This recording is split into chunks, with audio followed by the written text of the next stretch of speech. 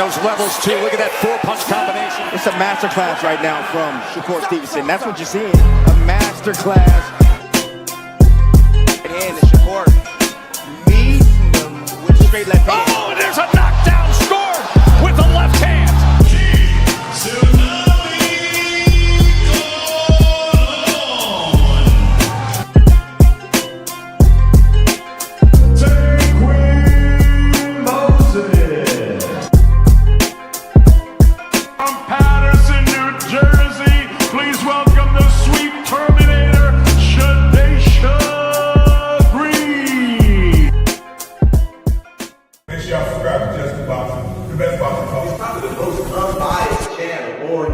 Right now, we're going to give him his just due. Shout out to my brother, Just Due.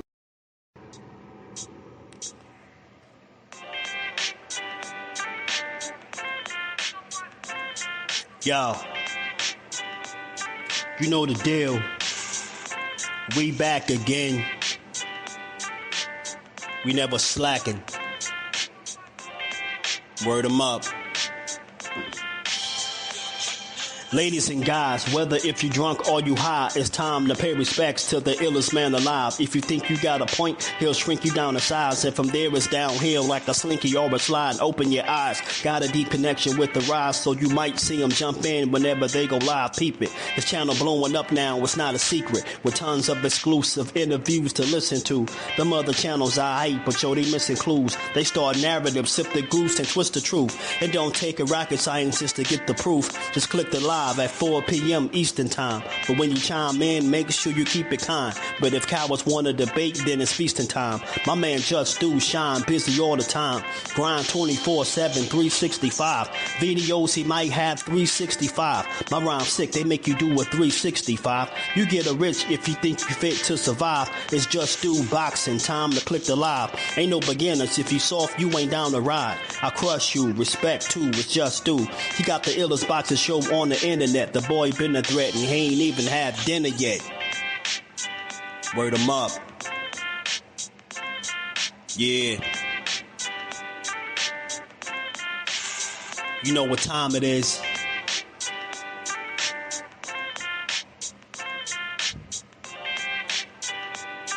"4 p.m. Eastern. Click the link.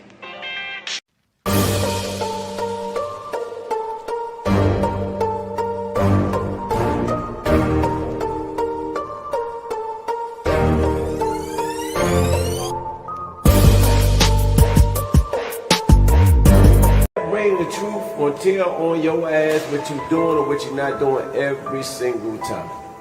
You can lie, you can bullshit and all that, but when that bell ring, if you ain't put that work in, it's gonna show, bro. It's gonna show. Not to mention y'all in a sport that can cost you your life. Literally, you can die in this shit. So if that's the case, man, if you're gonna do this, don't bullshit with it. If you don't really want it, say to yourself, keep it real with yourself. I really don't want this shit. I can't put the work in that it requires. Walk away. Ain't nobody mad at you. Go out there, you're young enough, you go get educated, get a skill, do something, man. But don't play with this, man. You can get killed in this shit, man. What's good? What's good? Salute to the family, man. How y'all feeling on this good Thursday? And we back to build on this boxing and give it its just due. You know we got to, man. How y'all feeling, man? How y'all feeling? Pardon me, I was absent yesterday, but we gonna get to it. Gonna make up for it. We got a nice build, man. We gonna talk some good boxing. We got a hell of a fight. I think title fight coming up this weekend. I don't know. I ain't gonna say nobody's talking about it, but I haven't seen it being talked about nearly as much as I thought it would, and myself included. So I figure I'll change that now and, get this, this upcoming fight right here between Raymond Muratalla and Andy Cruz, man. Muratalla, 23-0. He's defending his title, IBF strap, against Andy Cruz, man. Andy Cruz only got 6 fights, y'all. 6 fights, bro. He going into this title fight with 6 fights is definitely impressive, man. Like I said, I'm surprised more people ain't talking about it. And like I said, man, they talk more about Andy Cruz and Keyshawn Davis than Andy Cruz with this big opportunity he got, man. He could poke his chest out a little bit different. You know what I mean? He win this title. His strut could be a little bit different. You get me? He win this title up off Raymond Muratalla. You get me? He you know, them barks in the background might get a little bit louder if he win this title, right? So I think people just need to focus on that more than anything, man, and him too. And I get it.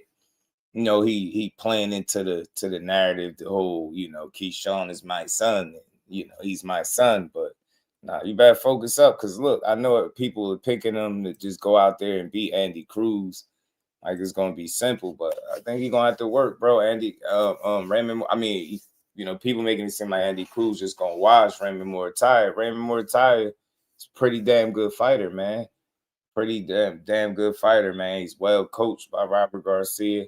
He can box. He got some good power. Got experience. You know, definitely in the pros, man. He got damn near 3 times as much pro fights as Andy Cruz. But we know Andy Cruz got a ton of experience in the amateur game that you can't ignore either, right? With the 2 gold medals. So that's the reason why he could be on what you would look at as a fast track, right? This dude 6 fights in, getting a title fight in his 7th pro fight. You know what I'm saying? And he got an opportunity to really win against a legit guy in Raymond Muratalla. You know, Muratalla's been on the scene for a while. Like I said, being coached by Robert Garcia, he got the wins.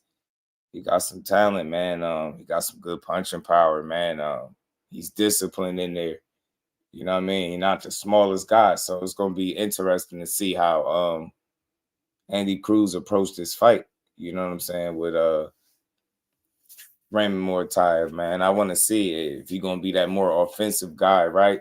Because the more offensive he is, the more opportunities he's going to leave for Muratalla, man. And I'm telling you, I think him and Robert Garcia will put together a good game plan. I don't think it's going to be easy, man. Even if he win, I don't think he's going out like Willie Lump. You know what I'm saying? Let me say what's up to the fan, man. CJ, what it do, homie? L. Will in the building.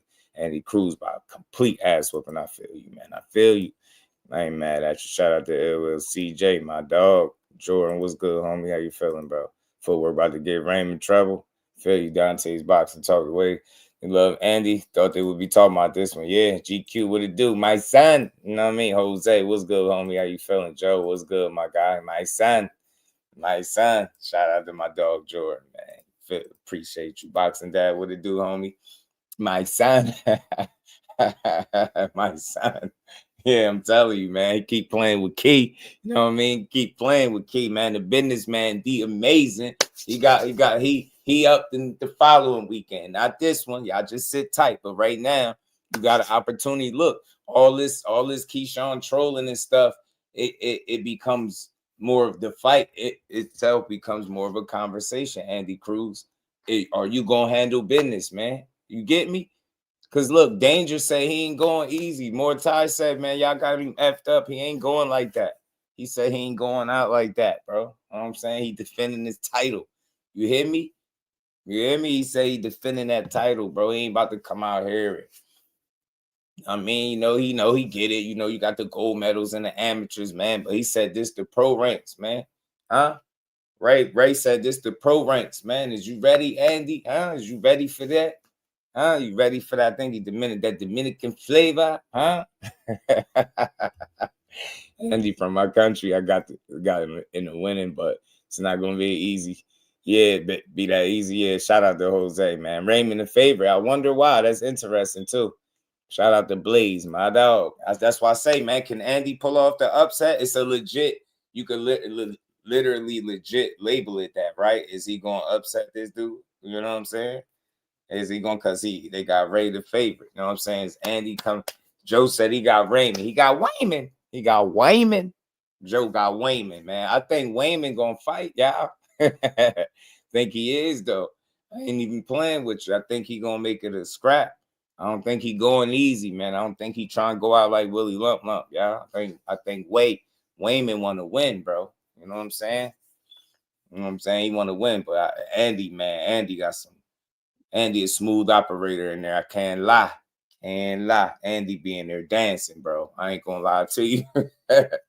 Bro got them feet. He got the feet of a ballerina, man. You feel me? You know what I'm saying? Andy got the feet of a ballerina. Dude be light on his feet, but he has been a little more flat-footed, like I said, though, because Bozy Ennis has been tweaking the style as he seemed proud of, right? He tweaking him, making him a little more front foot dominant, more action, right? More offensive minded. And I think that's where the opportunities, I've always said this, that's where the opportunities will be for Raymond Muratalla. The question is, can he capitalize and can he do it consistently enough to really trouble Andy Cruz? Or is Andy going to box his way to a victory? Is this just going to be another smooth victory, right? I mean, some people think Andy about to make this shit easy. But I don't know. I think Wayman coming to fight, y'all. Friendly 50, he said he about to dance with Raymond. Jordan know what I'm talking about. Going to be a close fight. Yeah, CJ. I can see a competitive fight, though, but Andy do got them feet, man, that makes him hard to deal with, man, because he get in there and start cha-cha. You know what I'm saying? He get smooth. You can't let him dance on you, Raymond. You know what I'm saying? Ray, you know what I'm saying? Because he confident. He out here talking about Keyshawn. He like, look, man, my son wants to meet me once again. The doors are always open. It would be great if he could come face his dad again. Now, the only issue I have with this, though, come on, Andy, you at 35. You know Key up there at 40. What you talking about, G? You going up? You going up. Let me know how bad you is. You going up? You know what I'm saying? I'm telling you, better focus up. Y'all don't overlook Ray with this Keyshawn stuff. Keyshawn got the amazing. He got Jermaine Ortiz, man. Huh? He got work to do too, but you better not go in there playing with Raymond. I mean, Robert Garcia, sometimes he have a tendency to have fighters that he really had an ear and they work really well together. I think Raymond Muratalla has been one of his better projects. You know what I'm saying? I think it's been one of his better projects, one of his better fighters that he's been coaching up for a while. So I'm ready to see what this Raymond prove-it moment, bro, because even despite the 6 fights, people expecting Andy Cruz to handle business, man. They like, bro, a 2-time gold medalist. Just off his amateur pedigree and background alone, they expected him to beat Raymond Muratalla. It's really not even the wins that he got so far as a pro. They just feel like, bro, he's been fighting at a high level as an amateur for years, and he has, man. So I think that pedigree is something that's going to be on display, man. If he go out there and get in his bag, bro, he could make this an interesting fight for Muratalla because of the feet. But I don't think Muratalla's feet are bad, but he just don't move like Andy. Andy like a slick, smooth guy. You know what I'm saying? Ray got good punching power in both hands. He can box really well. He's defensively responsible. You know what I'm saying? Should be a really good fight, though, man. It really should. Playing right now. He said he just turned my phone off. Shout out to Jose, man. Appreciate you. Safe travels, family. JP, what it do, homie? ASAP in the building. What's good, my guy?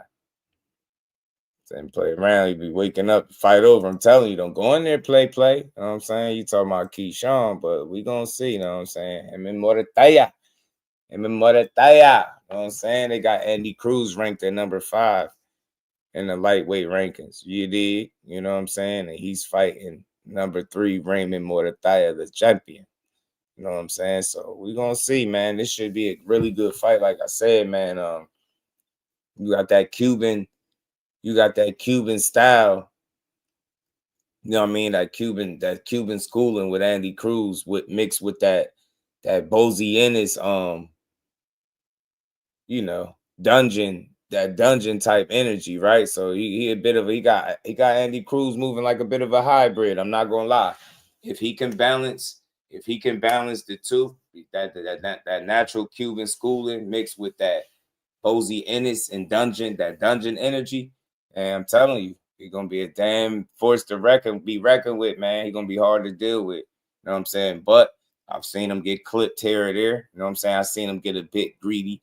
That's something that he can't do against Muratalla. And again, obviously, I believe Muratalla is the best and most well-rounded fighter he's fighting to date. So I think the fight in and of itself is going to reflect that. I think we're going to see that You know, Muratalla ain't just no trash guy. You know what I'm saying? He can fight, man. This dude, he got the championship, got that title. He ain't trying to lay down. He still got his Like, you gotta think, dudes like that, they be stubborn. He don't know how to lose right now.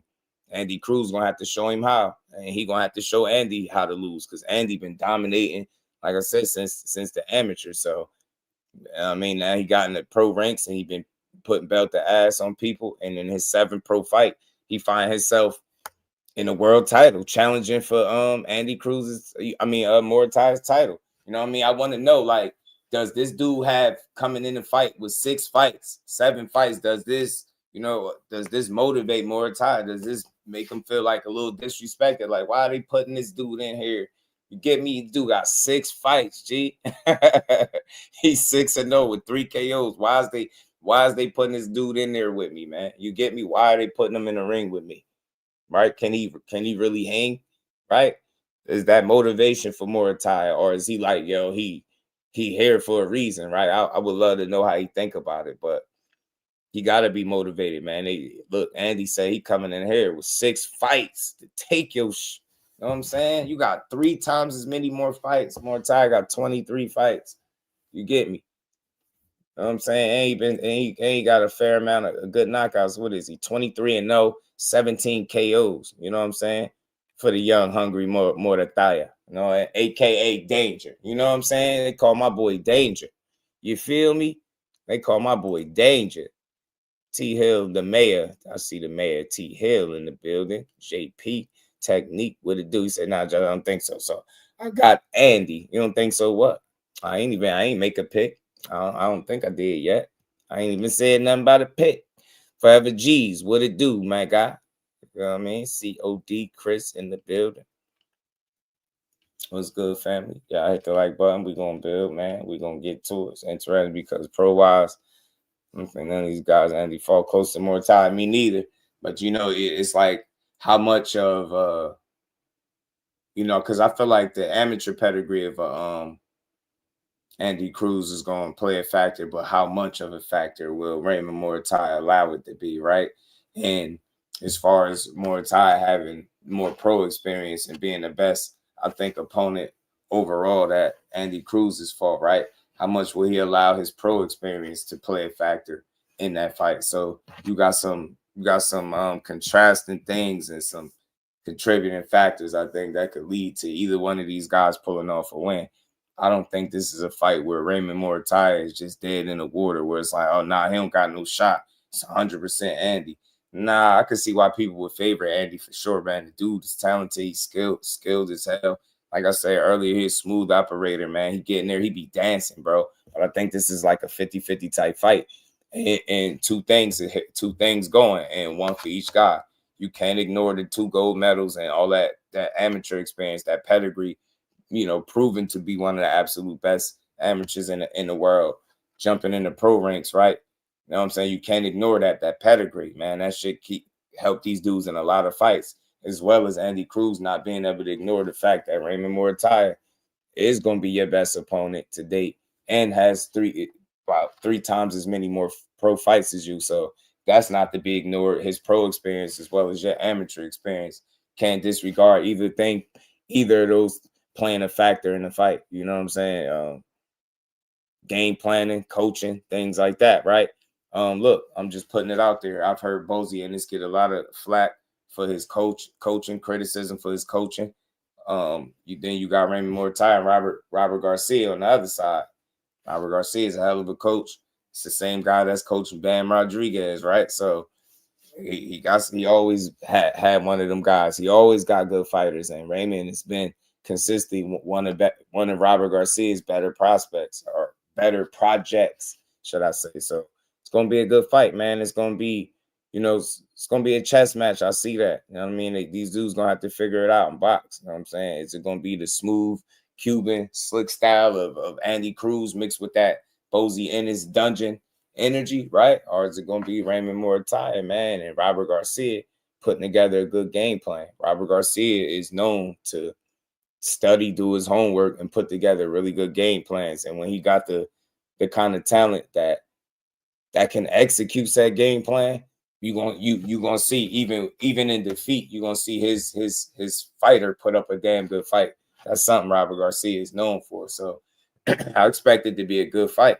But what I expect and what actually happens could be two totally different things. So let me acknowledge that as well. Andy Cruz somehow is able to come out here and make this fight easy. That's really impressive. You know what I'm saying? Sammy, what it do, fam? Yeah, I label it a 50-50. Kyle Cooler, blessings, family. How you feeling, bro? Doula number 6. Yeah, they got doula number 6 for now. And I think that's because of some of the people that he's fought. You know what I mean? But here, trust me, he'll be higher. They ain't nothing but a thing. Abdullah gonna keep doing this thing. That's what I say. You know, but so yeah, man. We got two guys, man. This is a really good fight coming up, man. It's a solid card we got for Saturday. Couple days, man. We gonna see if Raymond Muratalla is the favorite for a reason. We're gonna see if Andy Cruz got put in this position with just 6 fights for a reason, right? That's very impressive. You know what I mean? If he can win a title in his 7th fight, you know what I'm saying? He cooking with grease, man. His stock go up just like that. You get what I'm saying? Andy Cruz would be in a really good position to try to, you know, really make a name for himself. Now, he is older than what most guys is coming into the pro ranks because, again, he stayed in the amateurs for so long. But so far, so good. He on the fast track. Let's see if this was a little too much for Andy, too fast, too much too soon, right? It's a little too early, or is it right on time? That's what we about to find out. It's a lot of intrigue in this fight. And again, I just don't see Raymond Muratalla laying down at all. Like, I even in defeat, if he somehow loses this fight, and not saying I'm gonna be shocked if he do, I'll be shocked if he get blew out the water. I'll be shocked if he get blew out the water, but I think there's gonna be a battle right here, man. I think there's gonna be a battle. You know what I mean? Let me see what Muratalla got that 72-inch reach. Yeah, I wasn't tripping. Got some long arms, man. Raymond Muratalla got some pretty long.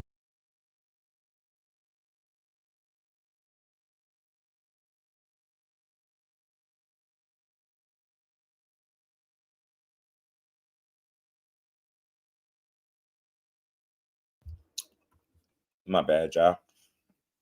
29 years old, 5'8", 72-inch reach. Let's see if he can utilize that. I think he got the longer reach. Let me see what Andy Cruz you see what he got going. See what Andy got going. And Andy is 30, believe it or not. Yeah, he's 30. He's 5'9" as well. They don't have his reach on here for whatever reason. But I would think Muratalla got the longer arms. I would think he do. You know what I'm saying? 72-inch reach. Let's see if that should help him out. They're the same height. So, you know what I mean? Let's see, man. It's gonna be a real good fight. I expect it to be. Damn good fight. Muratalla got some, you know, solid competition. You know what I mean? I wouldn't say bad at all, you know, not bad. So it's one of them things where he could be fighting arguably the best guy he's been in the ring with. So again, not often do you get that in boxing, right? Where two guys get in the ring, both undefeated, and both of them being, you know, the best guy that each other has fought, despite being undefeated, right? You know what I mean? Just because you're undefeated don't mean you'll be the best guy somebody's fought to date. So in this case, I think what you get with both Raymond Muratalla and Andy Cruz is, you know, both guys being quality. You know what I'm saying? Being of substance. So I think, in a weird way, this is not even in a weird way. This is a step up for both guys. This is a proven moment for both guys. And Muratalla, you beat a lot. You know, you've won your guy. You beat everybody put in front of you thus far. But can you beat a guy, you know, that's fought at a higher level as Andy Cruz has in the amateurs with them gold medals, right? Because you just nullify the fact that he's been that good of an amateur, right? Because some would question if he's going to be as good a pro as he was an amateur, right? That's always a question, and he got an opportunity to prove that. So You know, he can't just go in there and say, "Oh, I want gold medals," because again, those be what 3-round fights. Now you talking about 12-rounders. You know what I mean? So there's opportunity there. Like I said, I've seen Andy Cruz get a little too greedy. I've seen him get clipped a little bit. I've seen this, right? Seen him get buzzed. I've seen Raymond Muratalla get dropped once or twice in his career, right? You've seen these things. Andy's not the biggest puncher, but I think he's accurate and got really good punch placement and timing. So it's a lot of things working there, man. It's going to be an interesting fight. I'm willing to bet you, man. I know some people ain't high on Raymond Muratalla, and I get it. You know what I mean? But I think he can make this a really interesting fight. And again, one element that I think is going to be at play is getting that balance that I speak of, that, you know, can Andy Cruz find that balance in between being offensive and utilizing that natural Cuban style that he's been taught since a baby, right? I think that gives him the best shot at beating a guy like Muratalla. Like, you know, shout out to my guy Jordan. I seen him mention something about the footwork for Andy Cruz, and I agree.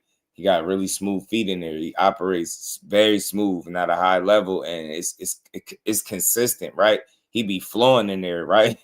He really got some good feet, and if he's mixing that up with the offense that Bozy has been implementing, right, since he joined over there, turned pro, you talking about a really dangerous guy that you dealing with, right? Because Bozy, you know, Bozy wants you to put hands on your guy, but like I said, you find that balance between putting hands on your guy and making sure your guy can't put a hand on you. Talking about a really dangerous guy. You talking about him having an opportunity to really frustrate and cause problems for Muratalla. You know what I'm saying? So it's gonna be important for my guy Danger to not let this fight get away from him early. You know what I'm saying? He want to be smart about this. You get what I'm saying? He got to approach this fight smart. He want to try to put rounds in the bank as early as possible. You want the pressure to be on Andy Cruz. You want to make sure that he understands that you are the champion. You don't want to fight, and that's what's going to be important here. Attitude and approach, temperament, yo. Attitude, approach, temperament. I need to know. Raymond Muratalla, are you going to fight like the champion? That's what I'm saying. That's just a fair question that I'm throwing out there. You got to fight like a champion. You can't fight like a guy that don't belong there. Sometimes you can't fight like you being timid. You get me? You gotta perform and execute and go about your business like you belong. You get what I'm saying? You just gotta behave a certain way. It's a standard when you're a world champion, and you gotta fight like it, right? And it's up for Andy Cruz to be able to keep up with you and not let the fight get away from him. You get me? But at any point, man, if you know them first 4 rounds is going to set the tone. As I always say in many fights, man, we gonna be able to tell what kind of fight we really in for. You get me? And it's going to be important for both guys to make sure they keep this fight within arm's reach. You do not want to allow neither guy to pile up points in any way, shape, or form. Because if you more tired, I mean, if you Andy Cruz, you obviously being a challenger with less fights, and this is your first title fight opportunity. You don't want to let this shit get out of hand, and then you gotta play catch up. You not being the biggest KO guy, not being the biggest puncher. And you get desperate. Now you get desperate, you leave openings for Muratalla, who can crack. He's a solid puncher. I ain't gonna say he's some KO guy, but he out of 23 fights, he got about 17 knockouts. So he can crack with both hands. So he's a two-handed fighter at that. So that's what I want to see early, man. How these guys, what they approach, their demeanor and temperament is gonna be like. Is Raymond, are you coming to make a statement, right? Is that in your mind? All right, do you want to make a statement? Andy Cruz.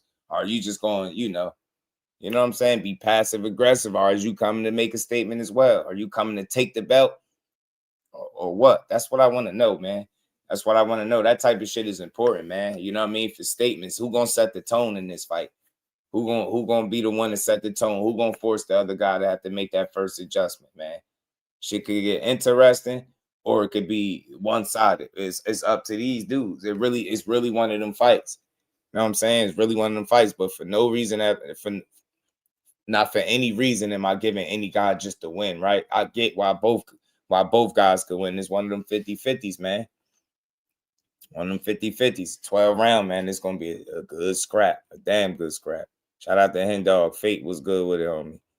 Jay Cruz's boxes ears off. I ain't mad at that technique. It's very well possible. You know what I mean? he can't be timid and half-ass about it for sure. You know what I'm saying? He definitely can't. You got to go in there and show that he belong on this stage. He belong fighting for a title. Because some will say, man, how he got a title shot in 6? He only got 6 fights. That dude is 6-0 with a title shot against a 23-0 opponent that is legit. Muratalla is legit. Don't try to paint him out to be no world beater, but he's beat everybody put in front of him. He's battled back from adversity. He's battle tested to a degree, right? Right? I ain't gonna say he has the stiffest resume, nothing like that, but I think he's had solid competition, right? You know what I'm saying? Solid competition where you can see what he is as a fighter. He got some talent. Robert Garcia got something there, and Raymond.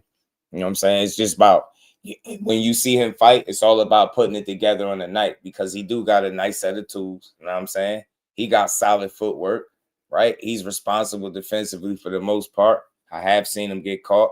You know what I'm saying? But it is boxing, right? But for the most part, he's pretty consistent out there. You know what I'm saying?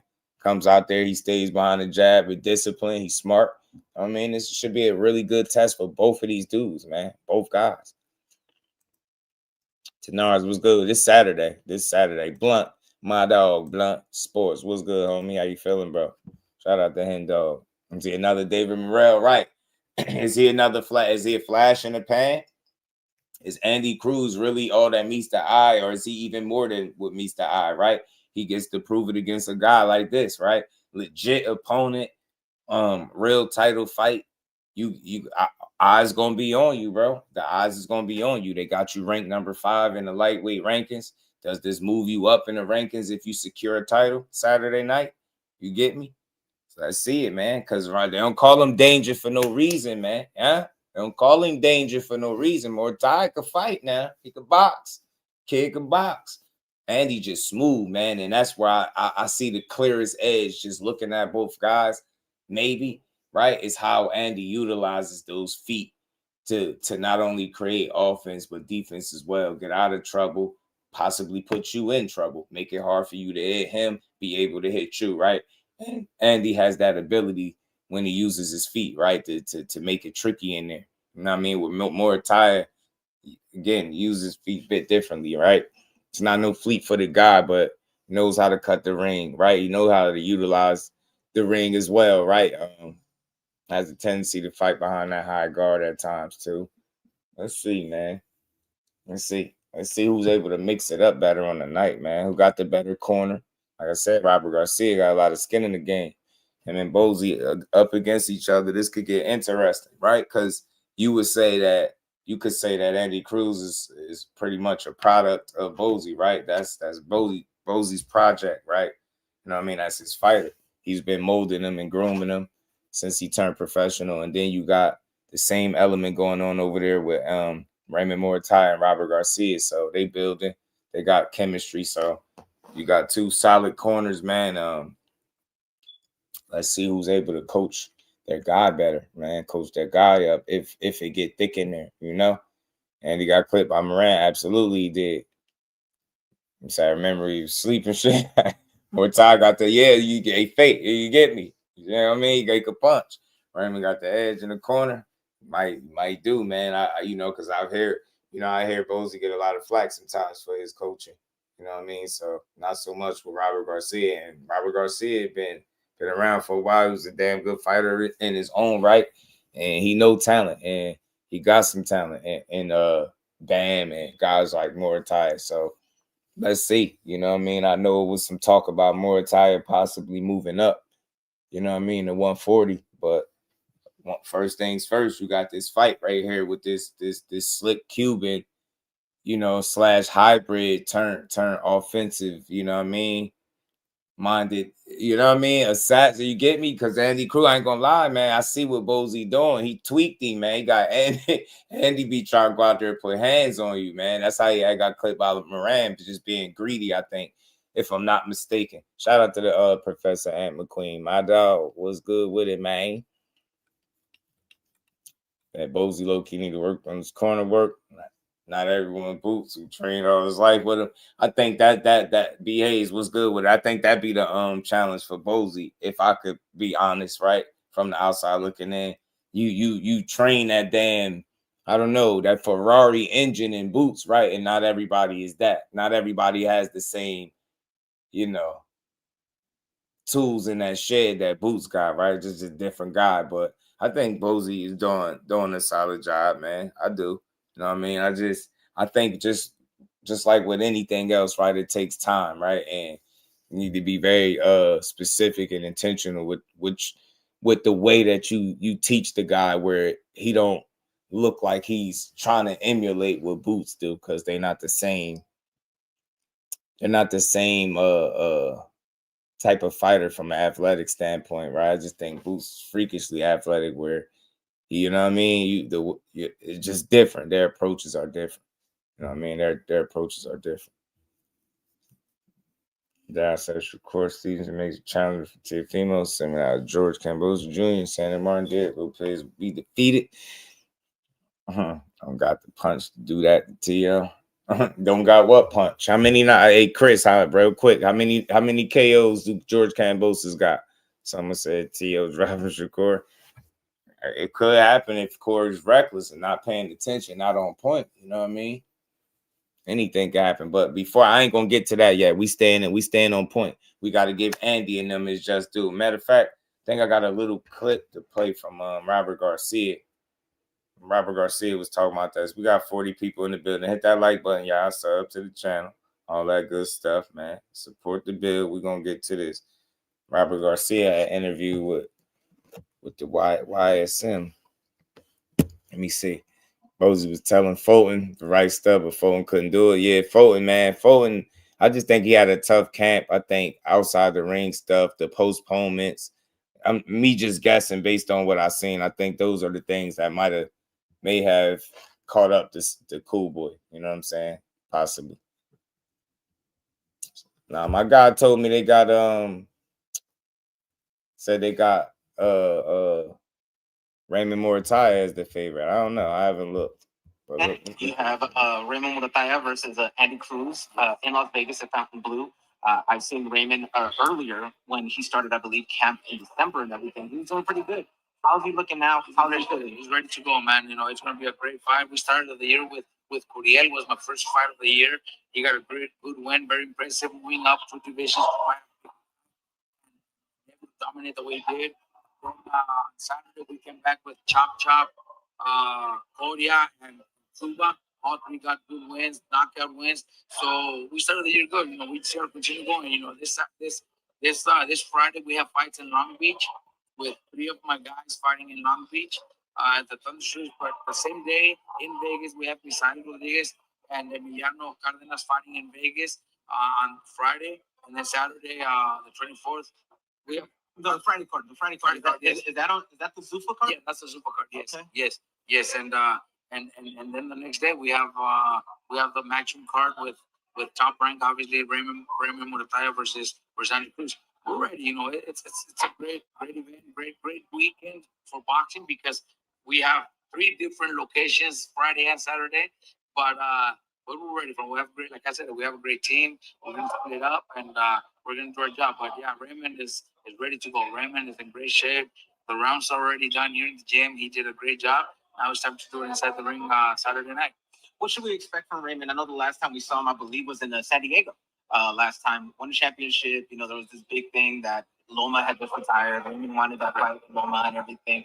He said, we're moving forward. If Loma does that, I see that he has Andy Cruz in it, but not the big name compared to that Loma name and everything like that. If Raymond is successful here,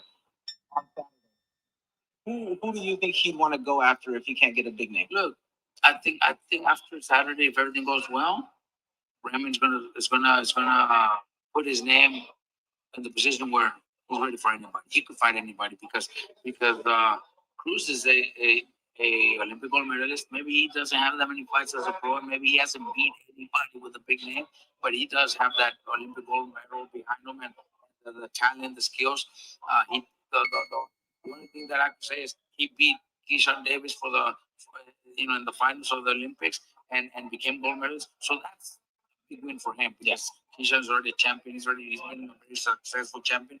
Maybe he's had a few things that hold him back because of his discipline, but he'll get that sorted out. He's still great. He's very talented. So that's a big win for Cruz. That's a big win. But man, 3. 12 rounds is a different story. Raymond's strong. He's fast. He's got great skills too.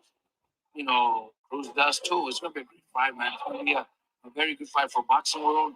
The boxing people know that the winner just steps it up to the next level to challenge all the top 135 pounders and eventually even the 140 pounders, because Raymond's not a small 135 pounder. Raymond's a huge 135 pounder. So sooner than later, we'll be chasing the 140 pound division too. And look at the division, it's stacked with talent. I like that. They're thinking about 140 possibly too. So look, said Raymond, look, is ready. Said, look, this 3 rounds, 12 rounds is a lot different than 3. Alluding to, those your biggest win in the amateurs, obviously being over Keyshawn Davis. People won't leave that alone. But again, he just making my point, bro. And this is no slight to nobody at all. This is just what it is. The fact that I know he only 6-0. I get it. 6-0, 3 KOs, Andy Cruz, man. He's been doing his thing. He beat who they put in front of him. You know what I mean? He's had some really good performances throughout the 6 fights, man. He's shown some vulnerability here or there, right? He's shown to be human, but for the most part, so far, so good, man. But it's just sad that your biggest win is not something that you did in the pros. It's what you did as an amateur, right? That's crazy to me. Like the fact that the biggest flex is an amateur wins over Keyshawn Davis, and you got 6 fights as a pro, and people don't mention none of them, right? So again, I think for him, it'll be good if he gets a win over Raymond Muratalla, because then I think we could start talking about what he did as a professional, as opposed to keep talking about some amateur wins. Like, and it's crazy because with certain fighters, when they bring up their amateur pedigree or background, it get discredited, and people like, well, this ain't the amateurs, it's the pros. But with Andy Cruz, it's like they're single-handedly trying to build his career off continuously mentioning Keyshawn Davis and the wins they have over him, and then the trolling, of Keyshawn. Like, it's cool. It's all boxing, but hopefully the narrative can shift to something he's actually done as a pro rather than the trolling with it. Because it's like, all right, we get it, but it's like, all right, now what he did as a pro, and we're gonna keep saying, and think about that. Like, he stated a big win for him is something he did in the amateur ranks, not in the pros. That's my whole point. Like, you get me? So hopefully now, if you do get a win, you can start moving away from some damn amateur wins and focus on some quality wins that you got as a pro. And Raymond Muratalla would be that. That would be the kind of win where I think you could start focusing on, like, he beat this dude in his 7th pro fight. Dude came in there with 23 fights, 17 KOs. He went out there, beat him, took his title. You get what I'm saying? That's impressive. So I would rather that be the case rather than just continuously talking about, what he did as an amateur. That shit is crazy, because think about it. You're a whole pro now. And it's like, if your amateur background outshines what you're doing as a pro, it's like, what are you even doing? You get me? So that's the unfortunate part. And that is to their own fault, because to a degree, they've overplayed their hand when it came to keep mentioning them, right? It's okay to mention somebody and say that you beat them, but after a while, like, you 30 years old and you coming into your 7th fight. So you got to get a move on it already. Keyshawn Davis fought for a title, and he up at 140. So if you continue to mention him and you down there at 35, I just got to call it what it is. That's attention seeking. I don't like the clout chasing word much. It get overused, but that's attention seeking, man. That's trying to draw attention to yourself, right? I ain't saying you won't fight him, but I know it's not solely up to you. And I know that Eddie Hearn advising you and you being signed with him, he's not, all systems go on your next fight being Keyshawn Davis. That's something that I could say with confidence. I know that's not the case. So you got to get through this fight with Muratalla, and you better win. And hopefully you look impressive if you do win. But may the best man win. Again, if Raymond, shout out to Big Fats. If Raymond Muratalla, I don't know. My guy said Raymond Muratalla was the favorite. You saying Andy is the favorite. Either way it go, it's an upset for Raymond if he loses, right? That's why I say, can he upset Raymond Muratalla, right? Can Andy Cruz upset Raymond Muratalla? You know what I mean? I ain't talking like Vegas odds. I ain't talking about like betting. I'm saying, can he pull it off? Can he defeat the champion? He the challenger. He coming in here with 3 times less, pro fights, 6 pro fights to 23, right? Can he upset Raymond? You know what I mean? And Robert Garcia, can he halt their plans, right? Can he snatch that belt up off his waist, right? And have it as his own, coming in there with just 6 fights? That would be super impressive. You get what I'm saying? And as I stated earlier, man, hey, now Andy Cruz, you could strut a little bit. You could poke your chest out a little bit more. You could flex on him a little bit. You know what I'm saying? You could flex. You could breathe a little different. You know what I'm saying? You go win a title. And it's a respectable opponent. It's a quality opponent to me and Raymond. So that'll be a really, really good win. You get me? But that's what I want to see. I'm tired of the Keyshawn trolling. Like, it was funny at first. Now it's like overkill. It's like, all right, bro. All right, because I'm telling you, Keyshawn mess around, put something on you in the pros, and them pro games is different, man. Pro ranks different. Yeah, Andy is 30. He 30 on the dot, too. Shout out to the Queen Lisa. How you feeling today? Good to see you in the building. Because Raymond the champion, you get what I'm saying? Because he the champion. I know when you see upset, you thinking odds. When I made my title, I wasn't really thinking odds. I didn't check for the odds. I was just thinking, like, could he upset Raymond? You know what I'm saying? Because that's what it's going to be. Raymond is coming in here like, bro, I ain't letting this. You heard Robert. He said this 12 rounds. This ain't 3. You get me? Raymond coming in there with that 72-inch reach, bro. I think he got the longer arms. They don't got Andy's his reach listed, but I would think Raymond got a couple inches on reach or got the advantage. Let's see how it play out in the fight. I know Andy got the really good feet. Raymond got power in both hands. He's a 2-handed fighter, right? Goes to the body well, stays behind the jab, disciplined, well coached, well schooled fighter. Should be fun. Should be interesting. Andy Cruz is still a project in the making, right? He's not a finished product by any stretch. He's no finished product, right? Bosey's still working with him. 6 fights in, who as a pro, who is a finished product, but he is 30. He did, you can't ignore the success he has as an amateur. That's why they got him on the fast track. But is that fast track going too fast, right? We're going to find that shit out. Is it going a little too fast? Raymond Muratalla got the opportunity to show us that, look, you was on the fast track, but they had you going a little too fast, and you ran into a speed bump, right? Is this speed bump about to derail the train off the track? Because right now, Andy rolling, he would be cooking with absolute grease if he could win an IBF strap with 6-7 fights in. 7 fight, he go out there and put it on Muratalla, take a title.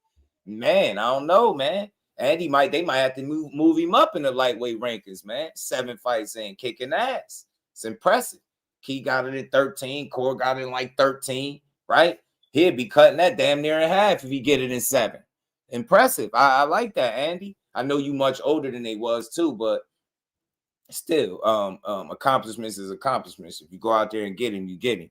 You know what I'm saying? So I want to see this, man. I'm looking forward to this fight a lot. I really want to see this. I want to see how good Raymond Muratalla can be, because I know for him to beat Andy Cruz, he's going to have to be on point. He's going to have to be sharp, focused.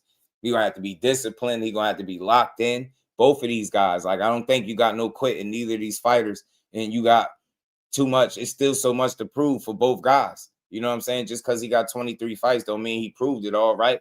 There's some would say this is a step up for Raymond. You got to show him that it's not, or you got to show him that you was able to step up to a guy like this and beat him. And that's the same thing with Andy. Like, I'm telling you, yeah, that's a real question. I know he 30, y'all. I know it, but 6 fights as a pro, 6 fights, right? He still could arguably be working out them kinks from the amateur game.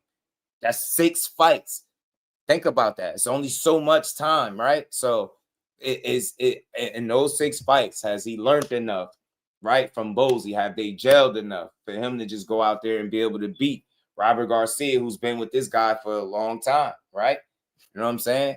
And like he said, Raymond, that's what I noticed. Andy ain't the biggest guy. Raymond ain't no small 35-pounder. And you just heard his coach say that.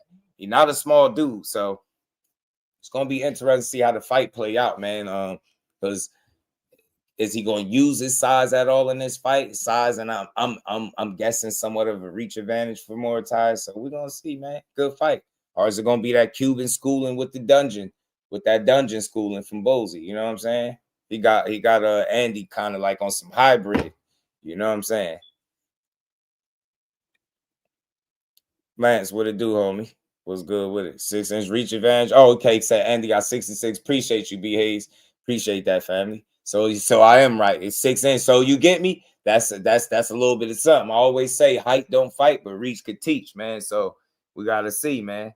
I always say Andy is the slight favorite. I appreciate you, Dante. All love. It's all good, but still, if he wins, it'll be an upset for Muratalla. And again, I wasn't thinking like Vegas odds when I was saying, you know, can he upset Raymond? Because look, I don't care what you say. Y'all know how I go. Yeah, look, I'm looking at it the same way I was looking at it when Gary fought Loma. You better not let him come in here with no 6 fights and beat you, Raymond. You know what I'm saying? He ain't even get his feet wet all the way yet, bro. Is this about to be lucky number 7 for Andy? Yo, you better not let him. You know what I'm saying? You better punch a braid out his head. You know what I'm saying? You better punch the braids out of Andy Cruz's head. I'm trying to tell you. Debo Dev. Debo. Debo, y'all hit that like button, man. We got 50 people in the building. Winner gets Shakur for the 135 ring. Let's go. Andy turns 31 in June. That's his real age. Yeah, the butcher, what it do, homie? Or Ty should have been at 140 a long time ago. He better not come in drained. Yeah, he better not, or that could be his ass. That could be his ass. But I think he should be good. Maybe he go up after this. Maybe he goes up after this fight. So he'll be all right. He'll be all good, you know. Shelton, what it do? Andy Cruz will lose. To talk to him, Shelton, man. OG, they said that. Look, they said, man, he about to smooth operator, man. They said Andy about to dance on Muratalla, okay? Huh? Hey, angles, papa, angles, papa. You know what I'm saying? He gonna hit the angles, okay? I'm telling you, I think this is gonna be a tricky. This could be a tricky fight, yo, because of the way Andy fights now that he's been with Bozy. It's not a bad thing, but he's more offensive minded. I can't stress that enough. That's something that stands out to me with Andy Cruz, whereas as an amateur, obviously he danced and used those feet a lot, right? And that was like one of the staples of his fights. Like you've seen the footwork and the movement. Now he'll crack you now, don't get me wrong, but he's just not known, you know, this offensive guy, right? But he's being tweaked, and Bozy's been tweaking and working with him, and you see his willingness to want to be on that front foot, to be in the fire a little bit. And with that, you know, there's pros and cons with that. You know, just like with Boots, when he's in the fire, he got a tendency to get hit more, right? But he got the chin, he could roll with it, and he definitely got the firepower back. Andy Cruz is not a known puncher. He's not the athlete that Boots is naturally. I don't believe so, right? So he has to be mindful with that. And like I said earlier, I'm going to keep saying it. It's all about the balance, man. It's nothing wrong with being more offensive and more entertaining for the fans and going to get your guy. But it is also about finding the balance between the two, because when you're doing something that you don't naturally do, and, you know, you can see it. You can see his effort to try to be that. And that with that comes holes, right? Holes and mistakes. You're going to make mistakes. And Muratalla is a good enough fighter, smart enough fighter to capitalize. 6-inch reach advantage, being a two-handed fighter with good power in both hands. You know what I'm saying? Most of his fights is by knockout. You get me? So 17 knockouts out of 23 wins, man. He'll get you. I think it's safe to say he can crack, right? A good bit. So, you know what I mean? He's just not no one-punch guy, you know, but Muratalla could hurt you. You know what I'm saying? So if Antonio Moran can hurt you, he's not as good as a Muratalla. So you got to be on point defensively. You know what I'm saying? As well as you being this offensive-minded, Cuban-style, Philly school fighter. Ain't that, like, think about that, yo. Cuban-style, Philly school fighter. Think about that. Is that regular? Somebody tell me, man, the history buffs out there, is that normal? A Cuban-style Philly school fighter. That's what Andy is, man. That's interesting, bro. Shout out to Motown. What's good with it, bro? 50 people in the building. Hit that like button. Y'all sub to the channel. If you're on the vertical side, double tap the screen. Support the grind. And we going to keep building, man. I like this fight. And I just felt like I ain't talked about it enough. So I wanted to make sure I did, man. Man. Hey, Shelton, that's what I was asking. Because look, with 6 fights in, he on the fast track. I know he 30, so he got to be on the move. You know what I mean? Them 2 gold medals cost him some valuable years that he could have spent being pro, but nonetheless, he here now. 6 fights in, 30 years old, going for his first world title against a 23-0 opponent with 17 knockouts. You know what I mean? Pretty got some good seasoning on Muratalla. You know, I believe Robert Garcia is going to try to make this a tough fight for Andy and Bose. You know, it's up to them. Let's see if they can do it, G. You know? Shout out to my dog, Irony Boxing. What's good? What he say? You see what happened to Miranda next round? Yeah, nah. Hey, Tommy, yeah, nah. He put the boobop on him. You hear me? He put the Andy Cruz put the hands on him. But I only highlight that not to slight him, but like just little moments like that is what will be available when you have a tendency to be more on that front foot, to be more offensive minded, right? Because you want to be entertaining, you want to go get your guy. Shout out to my dog Blunt Sports for sending them gifts, man. Y'all sending gifts, man. Maybe set a gift goal, man. We got to start setting goals again around here, man. You know, show some love, y'all. Appreciate you.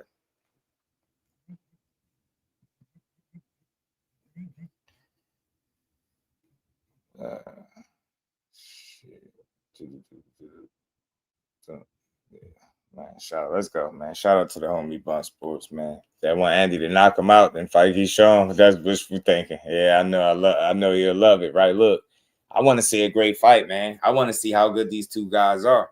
Andy about to prove if like Shelton was saying, he about to walk him into an ass whooping. If that track too fast or it ain't, you know what I mean? It's just right, or is it moving too fast? That's what I want to know. Is that track that Andy in? He in the fast lane right now? Pedal to the metal, huh? That's what we gotta big this up. I love this. Shout out to Andy Cruz. I get it, you 30, but look, not everybody still get that title shot. You got it right now. Like it's the track. Is you in that fast lane? Pedal to the metal. Is you speeding? Are you about to run into the ultimate speed bump? Are you about to run into a wall when you run into Raymond Saturday, huh? We're a couple days away. It's right here. It's right here. I can see it right now. Are you ready for 12 rounds with danger? Because I don't think he knocking Muratalla out right off the bat. I'm going to say that. Right off the bat, he not knocking him out. Right off the bat, he not knocking him out. And if he do, man, I got to do some push-ups for him or something. I owe him respect if he knock out Muratalla. So I think I take that right off the bat. Me just thinking because the fight right here. So I'm going to just throw it all out there. I don't think he knocking him out. So you take that off the table. You got a 12-round boxing match potentially, right?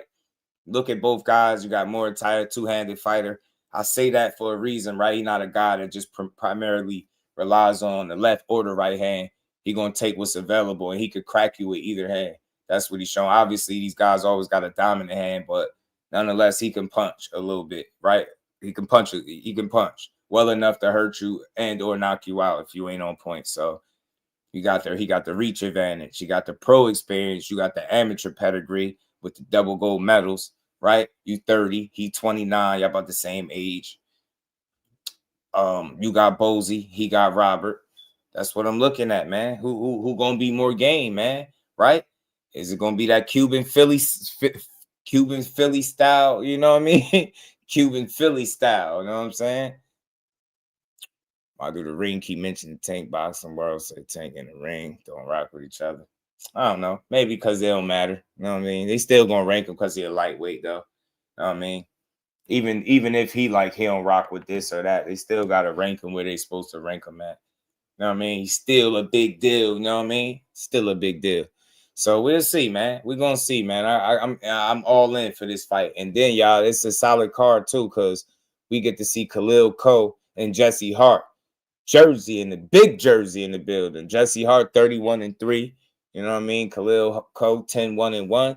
He taking on that's a big fight for him, man. Huh? It's a big fight right there, man. I'm looking forward to that one, man. I'm looking forward to that, boy. I'm looking forward to that, man. I want to see that one, G. Oh, man.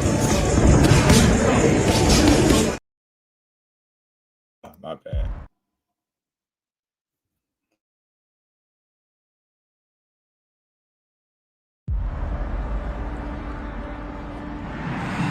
You know I'm fucking you up, right? Come on, man. Right. Leave it out. Stop. Cut this shit. You're gonna get them what they want. Cut this shit. I'm gonna fuck you up. Cut this shit. You know it already. You know. We can get this shit on for real. Absolutely. 10 ounce gloves instead of I love 16s it. or 18s. We're here for it. We can take the gloves off right now. Come on. Don't run from me. Man. Don't run from me. You gonna get your ass. Don't run from me. Running from that. All right, don't run from me. I'm telling you. I'm one of them. I'm one of them though. I'm telling you. We done here. Yeah, Yo. don't run. Yeah, I'm gonna fuck him up. You already know. He already know. Is there a Hart? Is there a Hart in the house tonight? Breaking that shit. I love boxing, bro. You gotta love this shit. My boy broke out a note at the end. I love this shit, man. I love it. Ain't no energy like this. I can't wait to see that. Huh? Because Jesse Hart gonna make you fight. He got that Philly pride about him, man. He ain't gonna lay down. You're gonna have to lay him down, huh? You want him to get down, you gonna have to lay him down. Let me see. Has he been stopped? Let me see. Hold on. 31-3. I mean, I watched his career, man. I watched his career build, man. Now I gotta play that again. My boy hit a note at the end, bro. You heard him? Bro hit a note. I'm Luther Vandross in the shower. You know what I'm saying? He hit that note like that's what that made me think. That's what he think. He Vandross in the shower. Okay. Sunchild, what it do? He hit him with the 5 heartbeats, didn't he? What's on his mind, huh? What's on his mind? Bro hit a note, man. 5 heartbeats. Hold on, I gotta see if he been stopped before. Feel me? Right, it's gonna be a good fight. Yeah, I think it's gonna be a good fight. I love their energy because they gonna fight. You know what I'm saying? At least hit that note on them. You know what I'm saying? Khalil, like, man, who they playing with, G? You know what I mean? I do this. Jesse Hart, I always like Jesse Hart. You know what I'm saying? He always been a scrappy, tough dude. And like I said, he's never been stopped. 31-3. 25 KOs, and he's only lost to, I think, top guy like Joe Smith. Joe Smith was bruising at that time. I think that was the time. Lost to Zordo twice and Joe Smith. Like, other than that, I mean, he's done his thing. Shout out to Jesse Hart. He's been around for a minute. 36, 6'3", 77.5-inch reach. Philly pride, Philly born. Call him hard work, Hart. You know what I'm saying? I always like Jesse Hart. Still do. I mean, but I like Khalil Co, man. I think he's younger, fresher. He got something to prove, man. That's a step-up fight for him. Are you ready for it? Right? Jesse Hart said he going to press that button. Jesse said he going to make him quit. So he already synced it in the Gallegos fight. He said he going to press the button on my guy. Hold on one more time, y'all. You know I'm fucking you up, right? Come on, man. Right. Leave it out. Stop. Cut this shit. You're gonna get them what they want. Cut this shit. I'm gonna fuck you up. Cut this shit. You know it already. You know. We can get this shit on for real. 10 ounce gloves instead of 16s or 18s. We're here for it. We can take the gloves off right now. Come on. Don't run from me. Man. Don't run from me. You gonna get your ass. Don't run from me. Running from that. All right, don't run from me. I'm telling you. I'm one of them. I'm one of them though. I'm telling you. We done here. Hey yo. Yeah, I'm gonna fuck him up. You already know. He already know. Is there a Hart? Is there a Hart in the house tonight? Breaking that shit.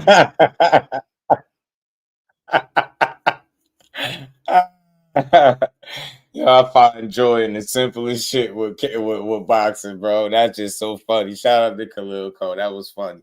Love when boxers show their personality. They just do them, bro. That's funny.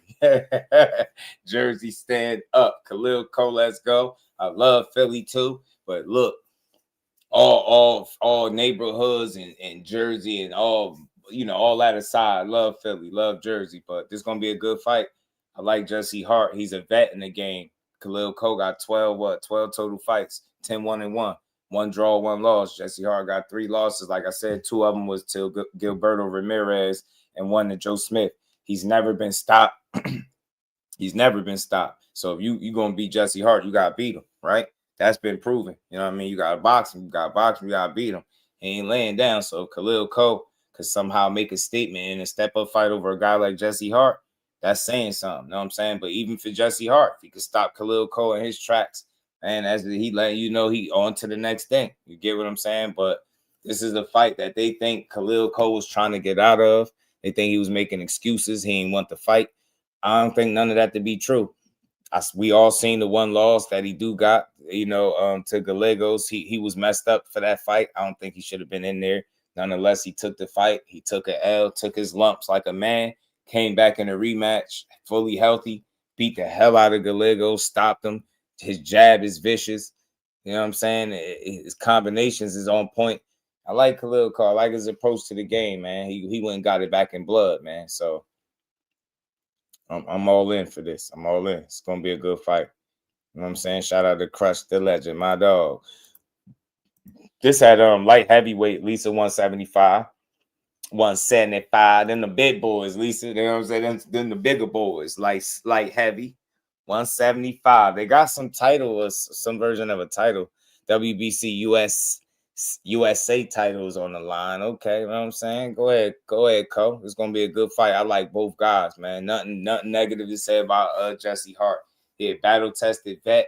He only lost to top guys. You know what I mean? Joe Smith, like I said, is very dangerous at the time. And Gilberto Ramirez-Zordo was undefeated. You know what I'm saying? When he fought him. So, I mean, he just had his number. I mean, but other than that, you pick Co. Yeah, I think Co got it. Z, what's good with the homie? Hen Dog in the building. He don't run from me, man. And don't run from me, G. Let me take this off. Don't run from me. I like they talk though, because they both like Jesse Hart. You know, he got that Philly that he ain't that energy. He ain't backing down from nothing. Like I said, that's what I love about him. You can say what you want. If you gonna beat him, you gotta beat him. That's all. I ain't saying he unbeatable or none. You gonna beat him, you gotta beat him. That's all. You know what I mean? He ain't laying down. You know what I mean? Jesse had Berlinga spooked to get in the ring. I forget what was up with that. I forget because he was supposed to fight somebody else. I forget. But he one of them ones that'll fight you, though. So it had to be something. I forget what's up with that story. I have to go back and check. But Jesse Hart, one of the ones that'll fight you, though. I've never known him to be a guy that won't get in the ring. You know what I'm saying? I've never known him that. Coach Rev versus Coach Hackett in that fight, too. Yeah, man. Yeah, man. Coach Rev been on the move, man. He been on the move, man. I could have swore he put out a Coach Rev put out a video talking about that, talking about the fight. I thought he did. Thought he was talking about Jesse and them.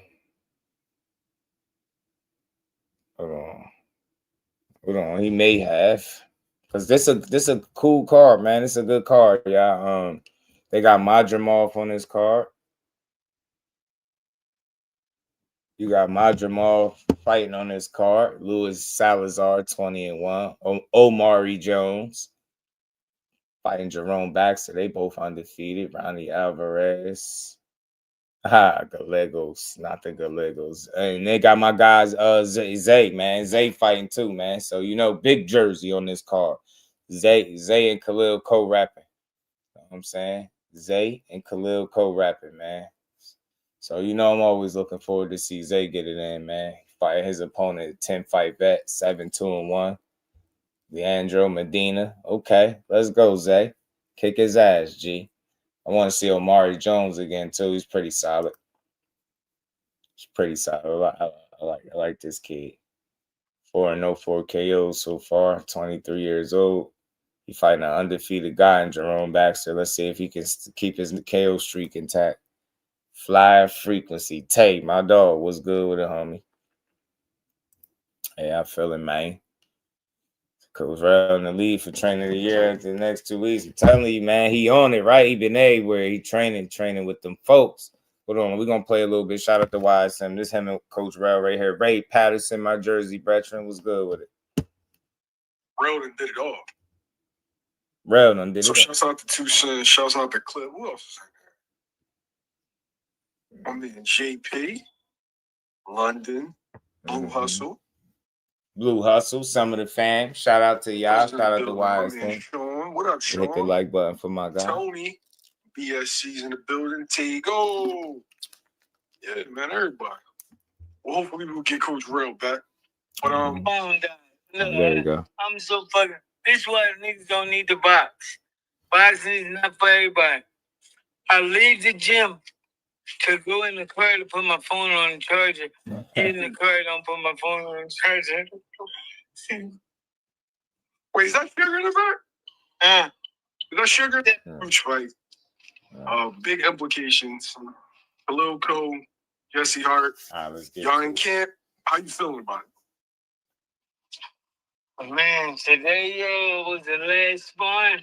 Man, I thought Jesse might go to the decision, lose the decision, but from today, this last sparring, man, if we still on this route, man, Jesse ain't going past 5 or 6 rounds. So if they stay on it like this, Jesse ain't going past 5-6, dog. Don't get me wrong. Jesse's a great fighter. You know what I'm saying? Jesse been doing his thing. Jesse was a 2-time world title challenger and all that, but it's a young boy's game. You know what I'm saying? It's a young boy's game. Jesse is 36 now. Will age play a factor? Will Father Time be in the ring on fight night? We're gonna find out. And he not a Floyd Mayweather that can make you fight his fight and do the things that he wants you to do. And then he can't run you into things. He just try to bully you. If that's the right word, he try to bully you into fighting his style and getting in the fighting. That's the wrong fight to fight with this big stepper. This motherfucker is hard. Big stepper. No. So yeah, Jesse Hart, if you let him, yeah, bully. I'm telling you, the Philly bred, man, they tough and they gritty. You know what I'm saying? You let him have his way, that's exactly what's gonna happen. So it's gonna be up for Khalil Co to make sure he put up that resistance and don't allow Jesse Hart to have his way. He is a vet. I keep saying that because he's been around for a while. He's one of those guys. He a Philly vet, so and I'm pretty sure he learned some tricks of the trade. Khalil Co being a younger guy earlier in his career, he got to be prepared and on point and aware of that experience, right? And being from where he's from. But I'm pretty sure Khalil don't care, right? Bro, I mean, you said Farmer B. Schofield. Khalil's coming. I think but I don't really put too much into picks though, Butcher. Off of a dominant performance in his rematch against Gallegos. First fight, he suffered from rhabdo. Second fight, he comes to his hometown, smokes it. Are you building off of that performance, or is there just much more that we haven't seen yet? That performance was a great performance, and I'm gonna comment on something he said. He said Khalil Co hit behind the jab, and that goes to show you his boxing experience or boxing knowledge is not as good as he think it is or think he would say. Because who wouldn't want to hide behind the jab? What's the best punch in boxing? Jab. Right. Why wouldn't you want to hide behind the jab?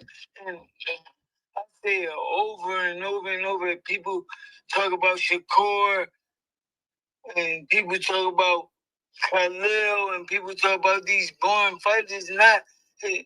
We spent 6, 8, 10, 12 weeks in training camp to make the fight as easy as possible. Right? So if you could go in there and win a fight off of 6 jabs, why wouldn't you? Why would you risk getting yourself hurt or hit to please somebody else? You know what I'm saying? They gonna buy a ticket to the next fight, and the next fight, and the next fight. Just do what you do. And I'm telling you, man, it's like people are trying to like low key dumb boxing down. And whenever you go out there and you boxing at a high level, they'll undermine you and say, oh, that's boring. That's boring. Without educating the people like, man, I ain't trying to hear that shit. This shit is called boxing, bro. We be really downplaying people that's skillful because they don't get a whole lot of knockouts. The level of boxing knowledge need to be upped. Like, we got to do a better job at really letting people know what be going on, man. Think about it. Hiding behind your jab, like, shit, you got a hell of a jab. You better use it. Because what's that saying? You heard what he just said. What's the best punch in boxing? They tell you the jab. And they say oftentimes if you could land that jab, you could land everything else, right? again, think about the fighters that really set up shit behind the jab and how successful they are after that, right? Like, I don't know. I don't just like, it's like in this era of boxing, like we're downplaying skills. We're dumbing it down. And then we're giving, you know what I mean? We're playing into like the casual mindset, almost the casual voice, and then calling yourself a diehard, but you approach fights and you look at fights from a casual point of view. Like, you almost got y'all got to clean y'all lenses off, bro.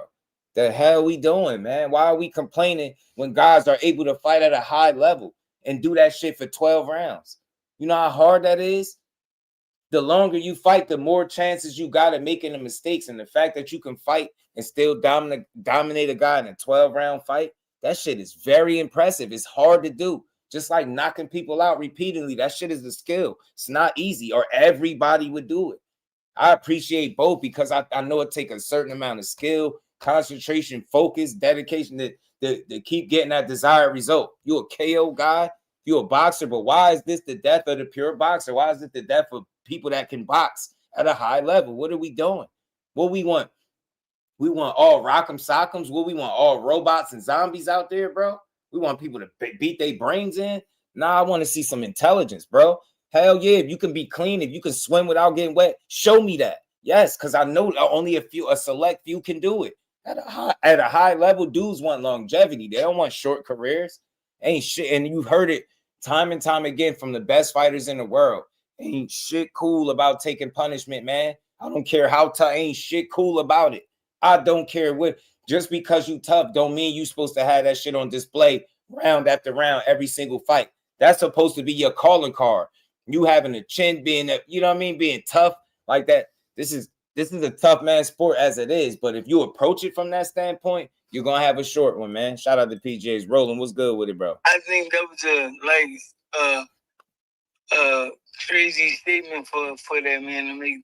The thing is that he could have said is, bro, you got a good jab, but I got a good jab too. I'm gonna take that jab away, or I'm gonna make you pay every time you throw that jab. You know what I'm saying? They had Khalil Co kind of skeptical about throwing the jab, but you tell me I only got a good jab, and that's the punch you worried about. So now when his right hand unleashed and his left hook unleashed, and we picking your ass up, just remember that. Right. I get what Rail's saying, and I know. Look, Jesse R probably just talking his talk. Maybe he's just like, bro, that's all you doing. You hide behind the jab, meaning like that's all you got is a jab. You ain't got nothing else but that. You know what I mean? And I'm gonna press that button because that's what Jesse Hart was saying to Khalil. I'm gonna press the button. I seen it in the Gallegos fight, and Khalil was like, basically like, all right, that's what you think. So yeah, I think we got a really good fight, man. We got a really good fight coming up. Two real competitors, light heavyweight bout. Like I said, man, you got that seasoned vet of Jesse Hart. He been around the block, been around for a while. You know what I'm saying? And he ain't the type to lay down, right? He's a prideful Philly bred type of fighter, right? Gritty. You know what I mean? He can box, you know what I'm saying, his damn self. So, but he could have, some people feel like he's seen better days. He's 36 now? You know what I mean? Three losses in. Is this going to be his fourth loss? Can Khalil Co be the first one to stop Jesse Hart? That'd be a real statement if he can. It ain't going to be easy, but it'd be a real statement if he could stop him. If you didn't watch him in the amateurs, you wouldn't know how skilled Khalil is, because in the professional, all we really seen him do is just, punch on dudes and dudes fall out. Right. Now, I think everybody was surprised about how easy the rematch was. It wasn't that he beat him. It wasn't that he stopped him. It was that he just completely dismantled him with one hand. How much have we seen? I ain't seen nothing yet. You'll definitely see this fight. And we hoping Jesse's a man of his word and come to fight. Church don't like that Tom and Jerry shit. And this fight right here, he don't like it either. He want to get it banging. So let's get it banging. We're going to see who got the best jab, who got the best right hand, who got the best left hook, who got the best inside game, got the heart, and who got the real heart. Talk that talk, man. So look, man, I can't wait. Look, they've been talking they talk, man. They're going to get to it. They gonna get to it. And then, listen, we always want blood, Mag 7, but I think I'm coming from a place of educating, right? I think it's foolish to demand the same result for every fight. I think it's foolish to demand knockouts to the point where, you know, you're expecting pure boxers and every fight to look the same like the one before just because you want to be entertained. Like, at what point do you know what to expect from what you're watching? Now it's getting to a point where it sounds like people are expecting the guys that are not the KO guys. Well, you said this, and well, I want to see a knockout, or that's boring. It's like, you just got to do a better job at educating the people on what's really what's being displayed. Skill at the highest level is almost being disregarded because it doesn't come in a package that people want to see it in, right? They want to see you do this. They want to see it look like that. And at what point do you look at a fighter and say, man, I've been watching you, so I know what to expect going in? It's like, I think it's getting to a place where we're having unrealistic expectations on these guys. You get what I'm saying? A good fight is a good fight. You know what I mean? I love me a good knockout too, but I love a great boxing match. You know what I'm saying? I love a great chess player. Shout out to the homie Cut Creator. What's good, homie? Said coach is a breath of fresh air. Yeah, right. I like it, man. I like it. I get all of that knockout sales stuff, but does that mean we should shit on the boxing matches, right?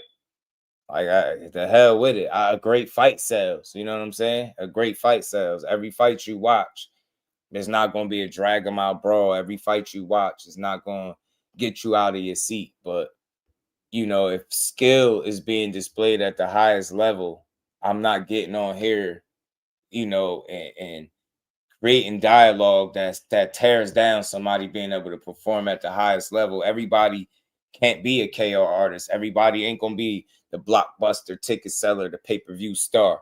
But again, when you operating at the elite level consistently, time and time again, I think that needs to be highlighted just as well as you highlight somebody that can get a knockout, right? It's all about, again, educating the people and really highlighting what's actually going on in boxing rather than, you know, just having such a one-sided approach to this. I got to see knockouts, blood and guts, or that's not a good fight.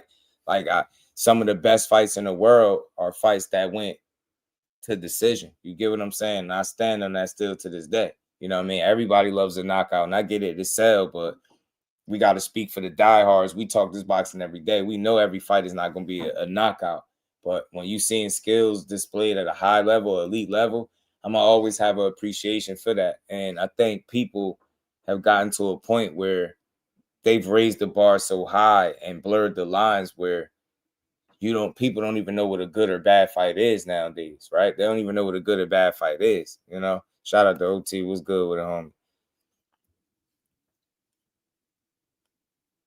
Yeah, facts. Smart fighters, man. It's all about being smart. Yeah, that's all it is. Yeah, right. You're right, Mag 7. Microwave air for sure, bro. I promise you ain't lying. I promise you. And I'm just trying to breathe some life back into like the entirety of the sport. I appreciate me a good knockout. I understand how I capture the imagination, but you know, I think the better we can detail and explain what's being shown when we call these fights sometimes instead of like trashing fighters, I think people will give these boxing matches a second look and different things like that. I think when you hearing people constantly taking digs at it, like it becomes like a snowball effect. And before you know it, now we looking like we in an era where it's like the death of the pure boxer. If you can box your ass off and not get knockouts, you're going to get overly criticized for it. And I think that's silly as hell because everybody just can't be a KO guy.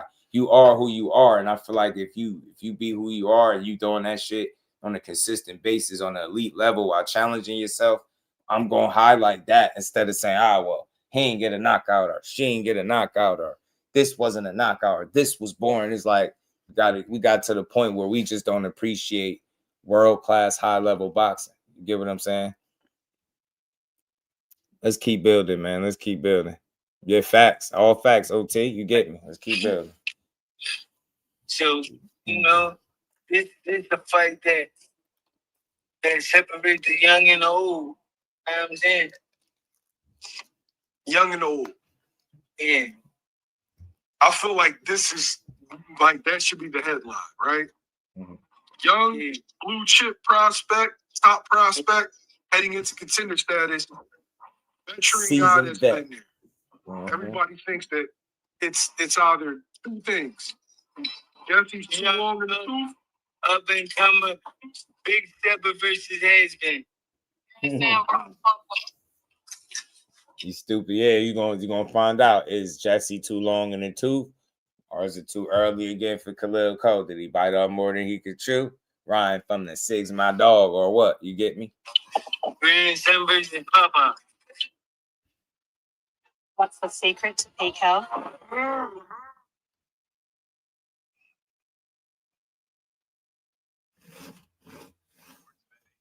Give me a second, y'all. Them damn commercials. Let's go, y'all.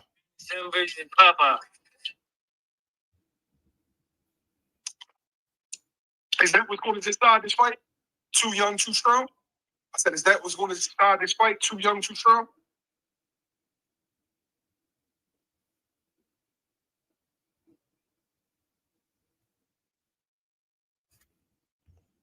You got to call. Somebody called him.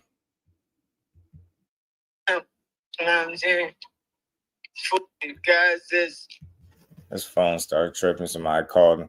But anyway, shout out to Coach Rel and YSM, man. Always with the good work, the good interviews. Look, Coach Rel is on it, man. He on it. He on it, but I got to play the other side, too. I got to play the other side, you know what I'm saying? But they feel like they coming to win. They young, fresh, hungry. They feel like Jesse Hart has some better days. Some of his best days is probably behind him. So he has the great thing about boxing is opportunity, right? You know, speculation is one thing. All the questions is one thing. But then there's nothing like these guys having an opportunity to put all those questions, to answer all those questions, to put, you know, all that speculation to bed for once and for all when you go out there and put it all on the line. So that's what we get to see. You know what I mean?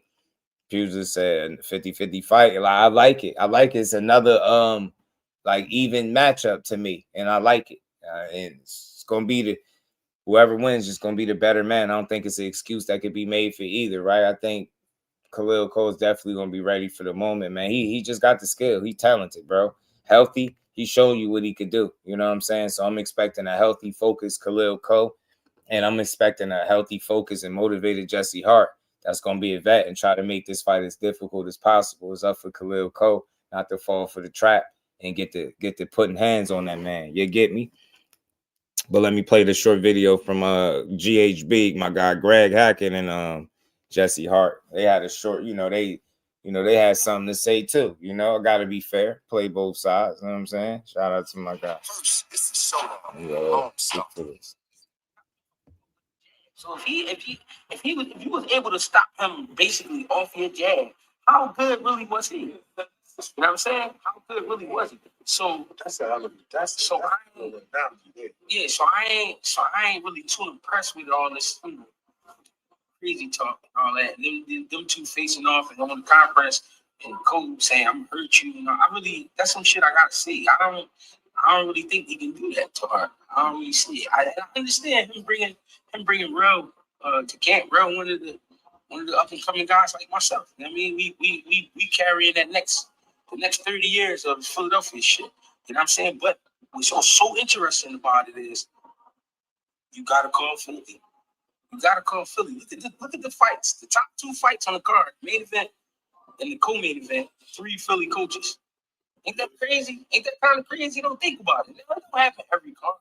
I'm just saying, let's just talk about that. Like, don't that tell you something though? We got a Philadelphia coach gonna be coaching a Cuban that night in the main event. I said that. You got a Philadelphia coach coaching a Philadelphia fighter. Then you got a Philadelphia coach coaching a guy from Jersey. That's crazy. Yeah, you got a Jersey coach coaching a Philadelphia fighter. And then you got a Philly coach coaching the Cuban fighter with Andy Cruz. That's crazy. And then you got, obviously Coach Rel with Khalil Co, the Jersey and the Philly connection.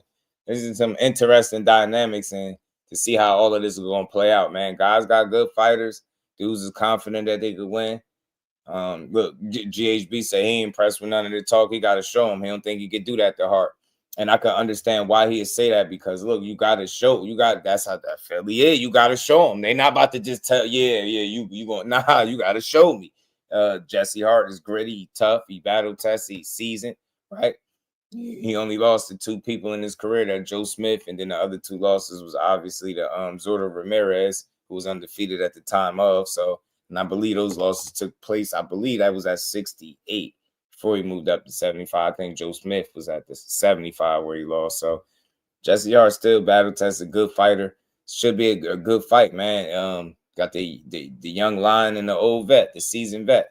It's gonna be the battle of the wits, coaches, right? The corners, all that stuff is at play. It's just another good fight for this card, man. Shout out to Andy Cruz and Muratalla because they got the main event with Khalil Co and I think Jesse Hart could produce some fireworks. Okay, man. It's like when the times get tough, I go to Philly. Everybody knows what's going on. People try to act crazy when it comes to Philly. Y'all know what's going on, man. I know when it comes to this shit. What you're saying is it's like being an All-Star game, and you got LeBron playing, and then you got Shai Gilgeous-Alexander, and then Jason Tatum. Yeah, like, you know what's going on. Like, you know what's going on. Y'all know what's going on when it comes to this boxing shit. We all just got to do our job. I mean, Cole, I feel like Cole is running off a pack right now. What I mean is, packs only last for so long. It's not pure. It's just something short. You know what I mean? My man got to do his job. I ain't mad at Rel. I love Rel. You know what I mean? But at the same time, bro, we know what this is. You got battery in your pack.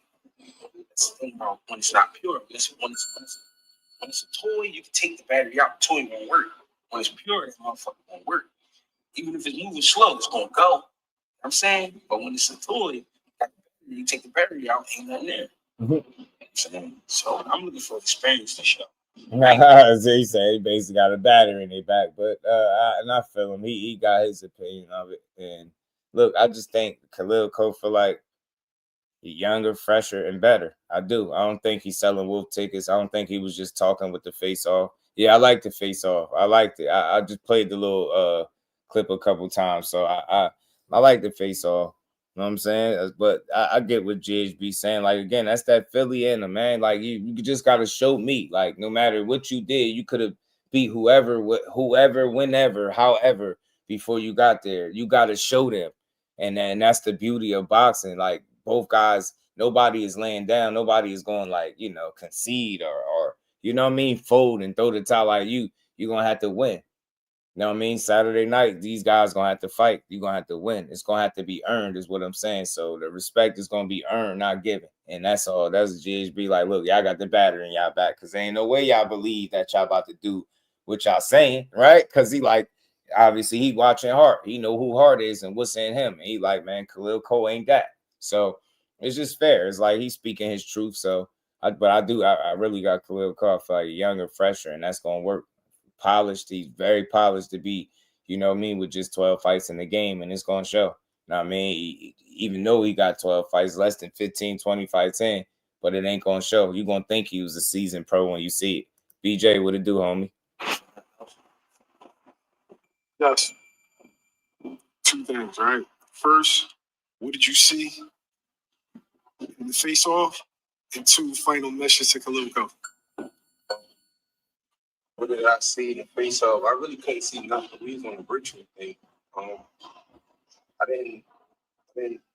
I just look at, there was a lot of people putting stuff on his head that he's going to be very, very, if he had the mentality, if he believed the stuff that people were selling, people put in his head, he's going to be in for a very bad, not alone. He's in for a good time, not alone. If he believed that stuff, if you buy into that, any of it, that's shame on him. That's shame on him. And the final message that I had for him, next attack, Khalil Co, just be ready. I'm ready. All everything that I have is there. I'm very, very focused, and I'm mentally, I'm in Vegas already. Mentally, I'm there. So just be ready. Shout out to Jesse Hart. So just be ready. You know what I'm saying? He said it's a lot of people putting stuff in his ear and his head. If he believe that stuff, he gonna be in for a bad night, not a long night, a bad night. He said he here for a good time, not a long time. Blue, what it do, my guy? So look, they saying they ain't said nothing wrong. They speaking with confidence as they supposed to, the same way Jesse Hart and his team, Khalil Co and his team gonna speak.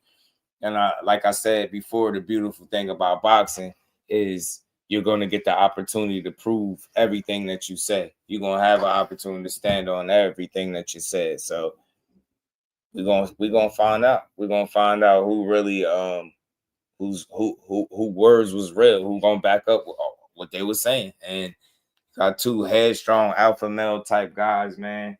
May the best man win, but I got Co, man. Like I said, I expect him to go out here and get it done. You know what I mean? I think he on his way. He had a little blip, little hiccup, you know what I mean, on the way up, but it happens, man. Better to lose early than late. Jesse Hart been around for a while. He a stubborn guy, sturdy. You know what I'm saying? He got a solid chin, could take a good punch. He can box. Like I say, he's been tested, but he can be beat, and you've seen it on more than one occasion. So, I'm looking forward to a good fight, scrappy fight, man. But look, that jab that they was mentioning, that it was talking about, saying he hide behind it. That's probably going to be one of the things that catapult him to a win. I'm telling you, because that jab is serious. He got an active, dangerous jab. And he know how to line that joint up, man. And he'll break you down with it, just the same way he did with Gallegos. You know what I mean? Did Gallegos filthy in that rematch. So he gonna come out here, utilize the jab. If he get his jab on track, the rest is gonna come naturally, man. It's gonna be tough to stop him, but we're gonna see. But the thing I do question, right, if he get the stoppage, Rel was saying, you know, what he's seeing, man, shit, Jesse Hart might not make it 5-6 rounds. So let's see.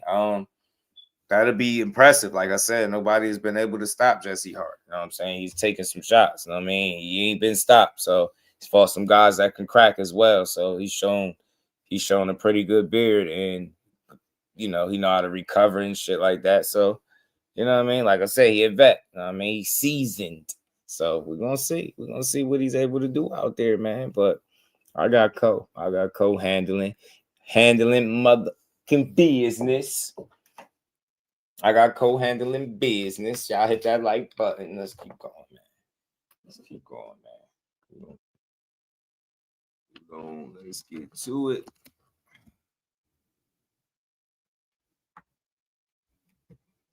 So we're gonna see. We're gonna find out, man. We're gonna find out just how good both of these guys are. But I think we got a couple 50-50 matchups, man. Raymond Muratalla, Andy Cruz, 50-50 type. And Khalil Co, Jesse Hart, that's similar too, man. You know what I mean? You ain't got no lopsided matchups. I think they're comparable, both guys. So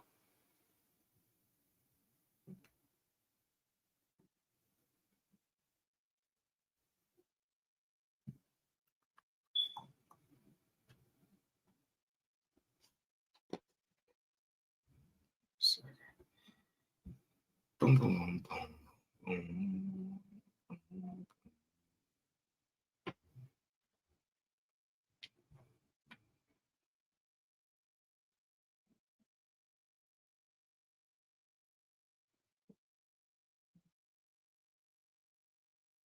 And you got Madrimov on this card, Omar Jones, and Zay on this card. So I think we got a nice fight card for Saturday, man.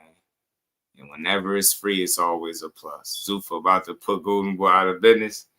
Golden Boy gotta get their shit together, man. They out here playing game.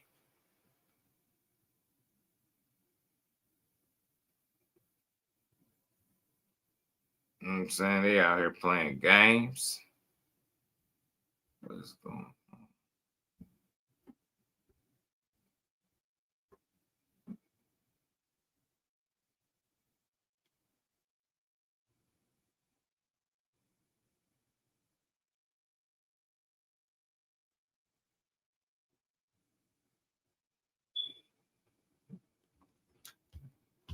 My bad. Teo versus Shakur 50-50.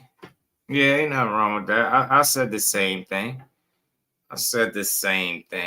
Thought it was a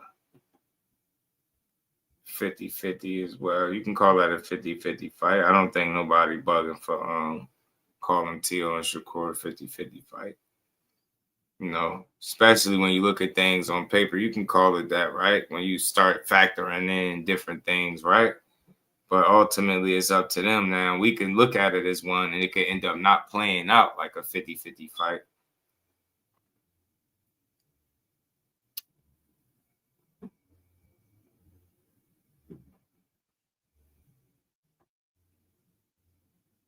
Now, give me a second. I'm looking for something.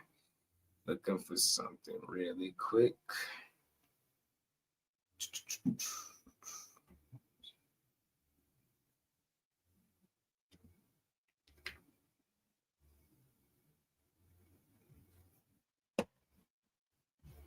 So Jordan talking that stoppage talk. Jordan like, man, I see stoppage in the future, man. I see stoppage. So you got TL. Nah, I ain't got no damn TL. Art man was good with it. Yeah, I bet. Yeah, TL might beat Core. I mean, I ain't surprised you would say that. I ain't surprised. Tell me how T.O. beat Shakur. Anybody in here that says T.O. beat Shakur, I mean, all right, just tell me how. I'm interested to hear the breakdown. Tell me how you going to do it. You know, it's all good. You did.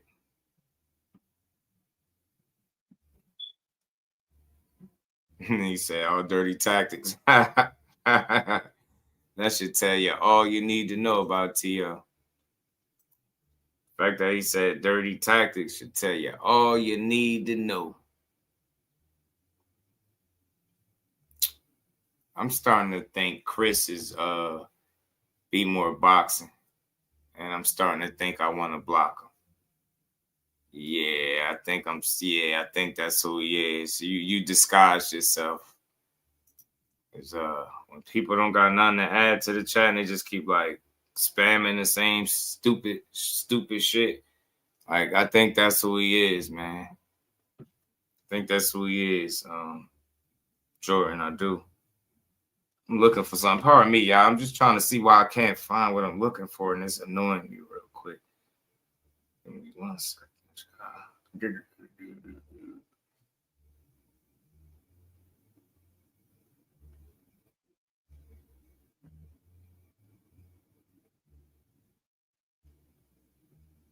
Yeah, see, he'll notice your core hurt.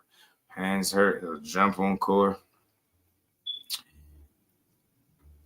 Nah, you sound like be more boxing, bro. You saying the same shit over and over. We ain't even talking about that. You just it's just like I hate like childishness. Like, man, you gotta grow up. Still typing about him. I'll tell you this though, be more boxing. If he punched you in your face, you think you'll say he ain't got no power? If he punched you in your face? I don't see I've seen Shakur stop somebody with hurt hands, and I've seen him win a fight with hurt hands. If T.O. noticed Shakur hands hurt, he jump on him. I mean, I think people been overstating his hand injuries for the longest. You know what I'm saying? I don't think his hands will be a problem in the fight. Could T.O. knock him out? I mean, he got the power to knock anybody if you caught him, right? I think T.O. could punch a bit, right? I don't think he no feather-fisted guy. He's just not no KO artist at 140 outside of Pedro Campo. He don't got no knockouts up there. So, I don't know. I don't think Shakur I don't think that should be the game plan, like getting a knockout. But his hands hurting, I don't see it being an issue to the point where T.O. could take advantage of him hurting his hand. I don't think so. I mean, it's gonna come down to wits, who's smarter, who make the least mistakes, who's gonna implement their game plan. You know, the regular shit, right? Who's the smarter man? I think Shakur checked plenty of those boxes, right? Tayl's a pretty damn good guy, damn good fighter, but he's shown the ability to be inconsistent far more than Shakur. He's shown the ability to struggle with things that Shakur do and possess and do at a high level. So again, I think if you looking at it from the X's and O's, you've seen T.O. struggle far more than you've seen Shakur, right? Look at Shakur, case in point, look at Shakur, worst night of his life is probably De Los Santos, right? From a performance standpoint. And look how 40-something punches. T.O. worst night of his life, he got beat by Kambosos and dropped and, lost by split decision, which was a close fight. But I feel like you let Kambosos beat you. Not only beat you, drop you, win multiple rounds, befuddle you, had you looking bad. Jermaine Ortiz, same thing, arguably beat you. You get what I'm saying? Loma won 5 rounds straight against you when he started fighting back. Nakatani had him struggling. Sandor Martin dropped him twice with check hooks. Only got credit for one. If he got credit for the other one, he would have won that fight. So when I look at the combination of things from Teo in the fights where he struggled, as well as the fights where he did well, I don't think he got enough of a. I don't think he's consistent enough. I don't think from a concentration standpoint. I think those little areas where he lose focus, where he might get impatient, might get frustrated, right? Different things like that. I think Shakur can take advantage of him. I think he's more patient than Teo, which will put him in a position to be able to win. Now, Teo can force the issue, push the pace, force Shakur to keep his hands at home and not really be offensive. And he increases his chance to win rounds. But I think that's going to be hard to do. You know what I mean? I would like to know who's going to try to be first and how consistently, right? Like, you know what I'm saying? It's going to be a good fight. But I just see more ways for Shakur to win because of the mistakes that he don't make versus the mistakes Teo make. Get me? It's not really no real secret. For me, K-Rod was good with it. For him to beat him, he's going to have to force him to make mistakes that you're not accustomed to seeing Shakur make and do it on a consistent basis, right? I look at little small things, right? Little nuances, things that probably people will gloss over. Shakur got 24 fights. Teo got like 23, right? So they're right there neck and neck, about the same amount of fights.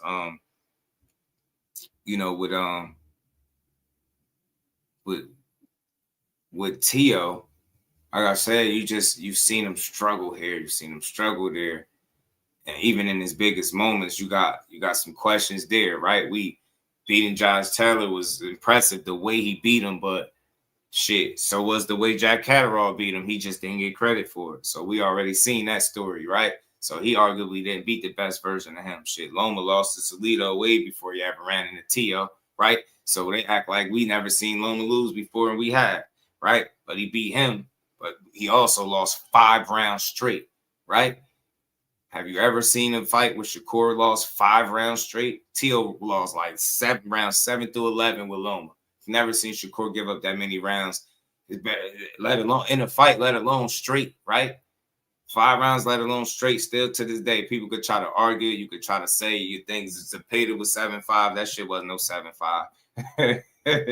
So I've never seen him lose. Definitely no 5 rounds straight. Barely even 2 rounds straight back to back. So you've seen this on a number of different occasions with Teo. You've seen him frustrated, befuddled. You've seen him get impatient, trip over his feet. Seen both his feet leave the ground, right? You've seen him even in his Barboza, as sharp as he looked against Barboza, he was getting hit with some silly shots, and he had some swelling above the eyes that make me think, Shakur, man, pick your shots and attack the eyes. I attack that scar tissue all night if I'm Shakur. You know what I'm saying? I attack that scar tissue on his ass. You get me? I'll go after that scar tissue. Beat them eyes up. You know what I mean? I'll try to beat them eyes up. What he told him? What he said? Hey, Teo, I'm going to bust up your eyes. I'm going to whoop your ass, and I'm going to beat the shit out of you. You better be ready, boy.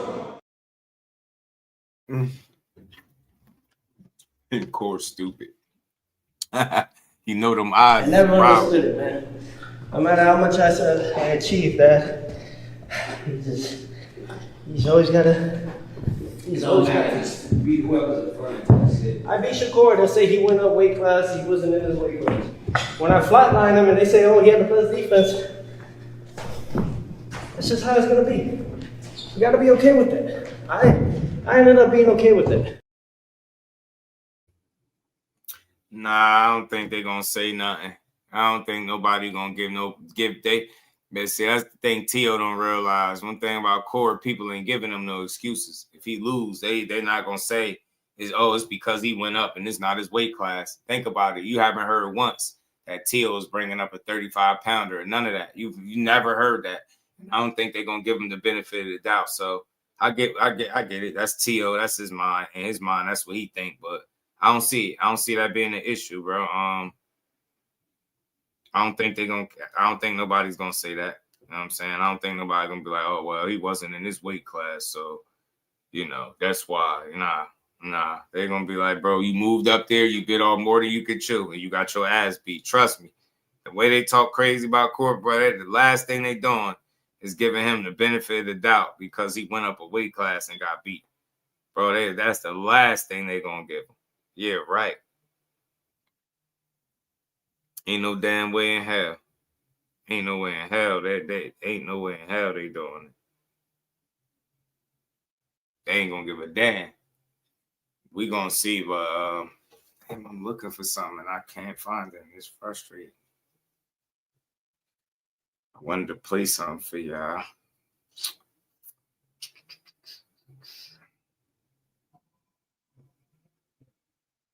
Bro, I gotta see something. This ain't making sense to me. I gotta do this. So we're gonna see, man. Tio thinks he got what it takes and he got the opportunity to prove it. Nah, hell no, he don't get no sympathy. Hell no. You get slandered like a mug, though. Ain't gonna get no sympathy, though. Not for Core. Hell no. Not the way he talk, boy. They be looking for a reason to be mad. I'm trying to tell you. Oh, yeah. So, yeah, damn, my bad, Jordan. I was tripping, too. I got to get to that, too. So, look. This is how bad it's gotten, bro, with this ticket sale stuff. Because, yeah, they you know, they talking this is flopping stuff, right? Nah, the fight is flopping. It's not selling. Like, look at this. First, they was complaining about promotion. You know what I'm saying? Now they complaining about ticket sales. Dude said, good. I hope the fight flops. The less casuals that know, the better. Shakur will never be a star. Yo, look at the hate that be in people's hearts when it comes to boxing, bro. Like, how are you praying and hoping that a fight flops? And you'll be like, yeah, but I'm a boxing fan. No, I support these dudes, though. No, I support boxing. No, you don't. Not pushing narratives, bro. Like, I'm really watching this. Like, y'all crazy, man. At some point, y'all got to start being honest with yourselves, man. Like, y'all don't like boxing, just say it, man. Stop pretending, man. It's getting pathetic, bro. It's getting bad, man. I'm telling you. They forcing it, bro. That dude said, I hope. He said, good. I hope the fight flops. He said, yeah, I hope. Like, look. Said Shakur would never be a star. Like, look, the less casuals know, the better, man. So he can never be a star. I don't want him to ever eat. I don't want him to succeed in the sport. No matter all the work he put in, he been putting in work all his life. He shouldn't succeed in the sport. Just fat like this, bro. I ain't never seen hate at this level, bro. This nasty, man. Y'all different, man. Y'all these new fans, they some different people, bro. They are different. They are different, man. They are different. They are truly, truly different, bro. I'm telling you, they like, man, hell nah. They like, yeah, man, I don't never want to see him win. He needs to suffer. His fight is not going to sell. He's not going to do any pay-per-views. It's going to flop. Dudes out here hoping and praying, bro. They wishing on a star. Look, man, just watch some good boxing, man. You got Shushu Carrington up there. All right, if you hate Shakur and Tio, Shushu Carrington fight, right? You got Keyshawn fighting. Oops, my bad. Y'all hate him too. Well, won't y'all just root against him? Jermaine Ortiz fighting. Y'all hate him? Nah, right? His other boxers on the card where I think it just needed just do. It ain't just about the main event, even though we know what the appetizer, what people coming to see, but how could y'all be that mad about the fighters? You know what I'm saying? I ain't never seen this dude say, I hope it flops. He said, good. He don't want him to promote. Hey, look, y'all, Halo, whoever Halo is, he don't want him to promote. He don't want him to promote the fight. He don't want the fight to sell. He don't want the casuals to know. He don't want Shakur to be a star. He mad about everything. Like, nah, I just hate it.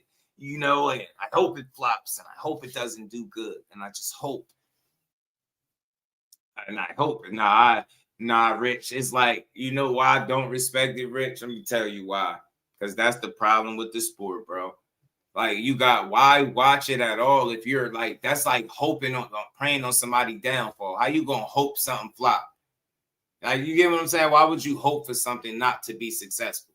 Think about that. Out of all the shit in the world to hope for, you're going to spend your energy hoping something fails?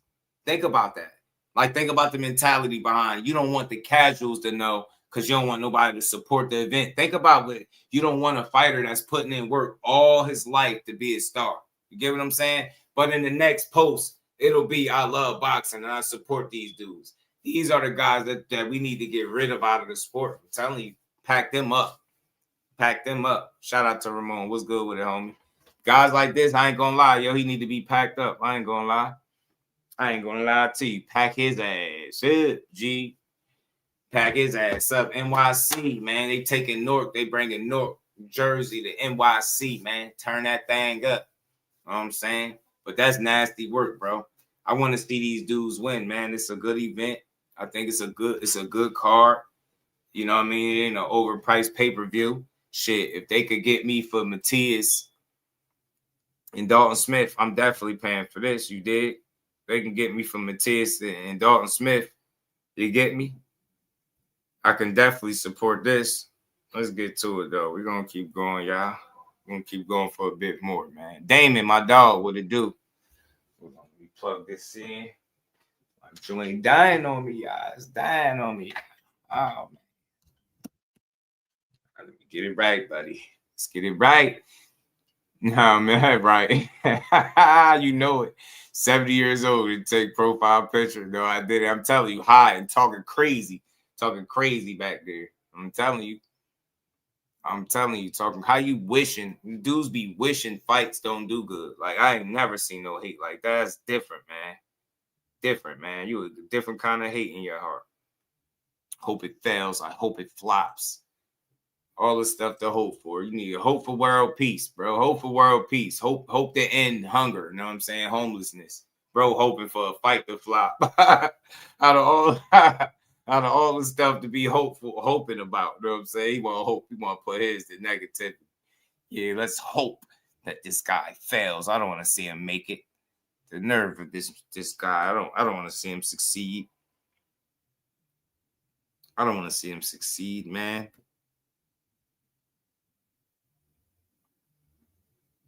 Nerve of him. I want him to lose, man.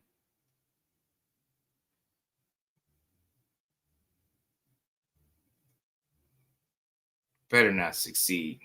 Other guys feel the same way. They cover it up. Nah, they bad too. They both bad though. Oh shit, whether you outright, because look, at the end of the day, it's like if you that negative about something, why even support it at all? You get me? That's why I be at with it. Like, why people be so miserable when it comes to talking boxing, bro? They be unhappy as hell, bro. Sitting here praying for somebody's downfall. Right? I couldn't imagine wasting my time in that way. You know what I'm saying? Boom, boom, boom, boom, boom.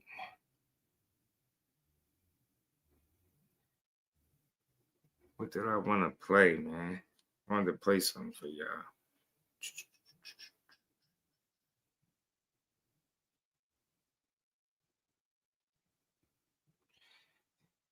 Andy Cruz. Hold on, man. I did want to play something from Andy because he did do a little short interview. Hold on. Let me take this off. Dude's praying for the fight to fail. You see Ryan conference today? Nah, I ain't watching. It was on the same time I was up here. Lewis Hart for Ring Magazine. A pleasure to be joined with Andy Cruz as he fights for the eye. Yo, is it me or do Andy Cruz look like the dude from PJs? Like what? Like if he never did drugs? Don't you like the dude from P? All right, now. IBF World Lightweight title this weekend. Andy, how are you? How's things?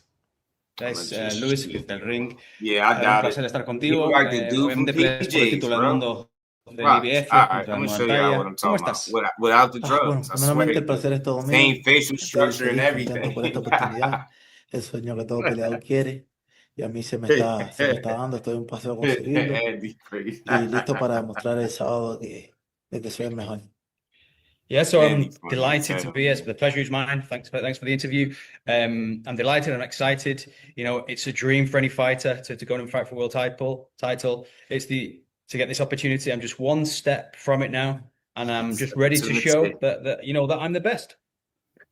You've been a pro almost 2.5 years now since you made your professional debut. Did you think it would be as quick as fighting for a world title? Like, do you think you'd be fighting for a world title within this time frame? 6 fights, damn, Llevas world como title 2 años y opportunity, medio como special. profesional. ¿Tú pensaste que ibas a ir por esa ruta tan rápida para llegar a tener una oportunidad mundialista tan pronto así como has hecho? Sí, realmente ese era el pensamiento desde que llegué aquí a Estados Unidos, pero realmente fue mejor de lo que pensé. Yeah, that was... What do you make of your opponent, Raymond Muratalla? ¿Qué opinas de tu oponente Raymond Muratalla? Es un peleador que no por gusto es el campeón mundial. Tiene todas las herramientas para brillar My en ese son. boxeo. So you don't look Es rápido, 21 and 30 fuerte, years old. inteligente. Es un gran peleador y digno rival para mí el sábado.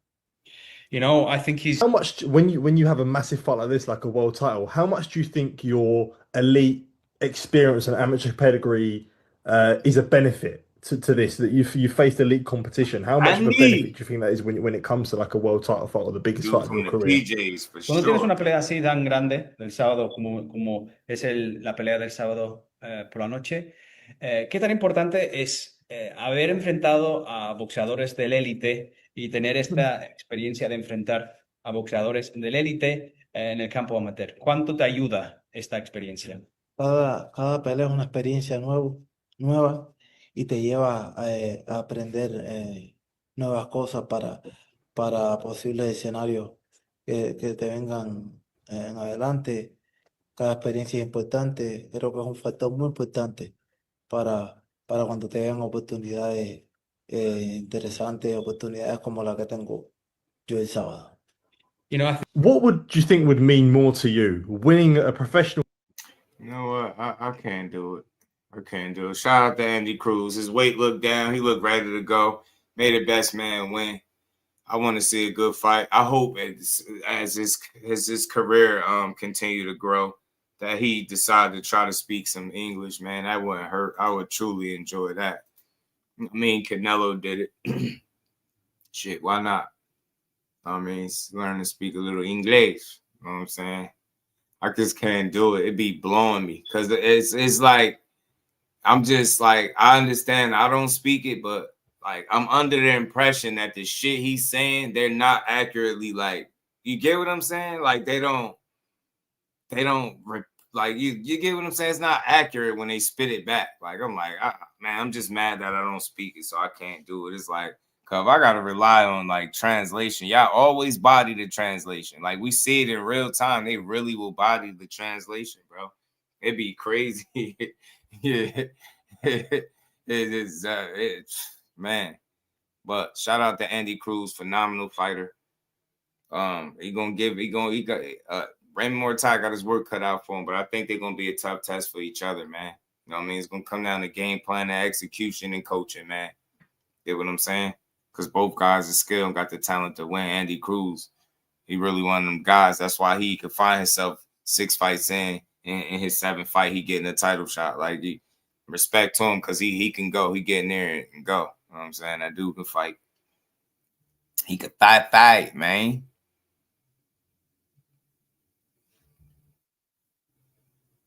He could fight. I like him. I like Andy though. Yeah. I had to get about it. I couldn't do it. Yeah, I was like, because they always miss, like, they be bodying what the dudes be saying. I'm like, he ain't just say that. Like, I'm not sold. He didn't say that. I don't know how I'm gonna prove it, but he ain't say that. Whatever you say, he ain't say that. I'm convinced. He didn't say it, buddy. Bucko. You know what I'm saying?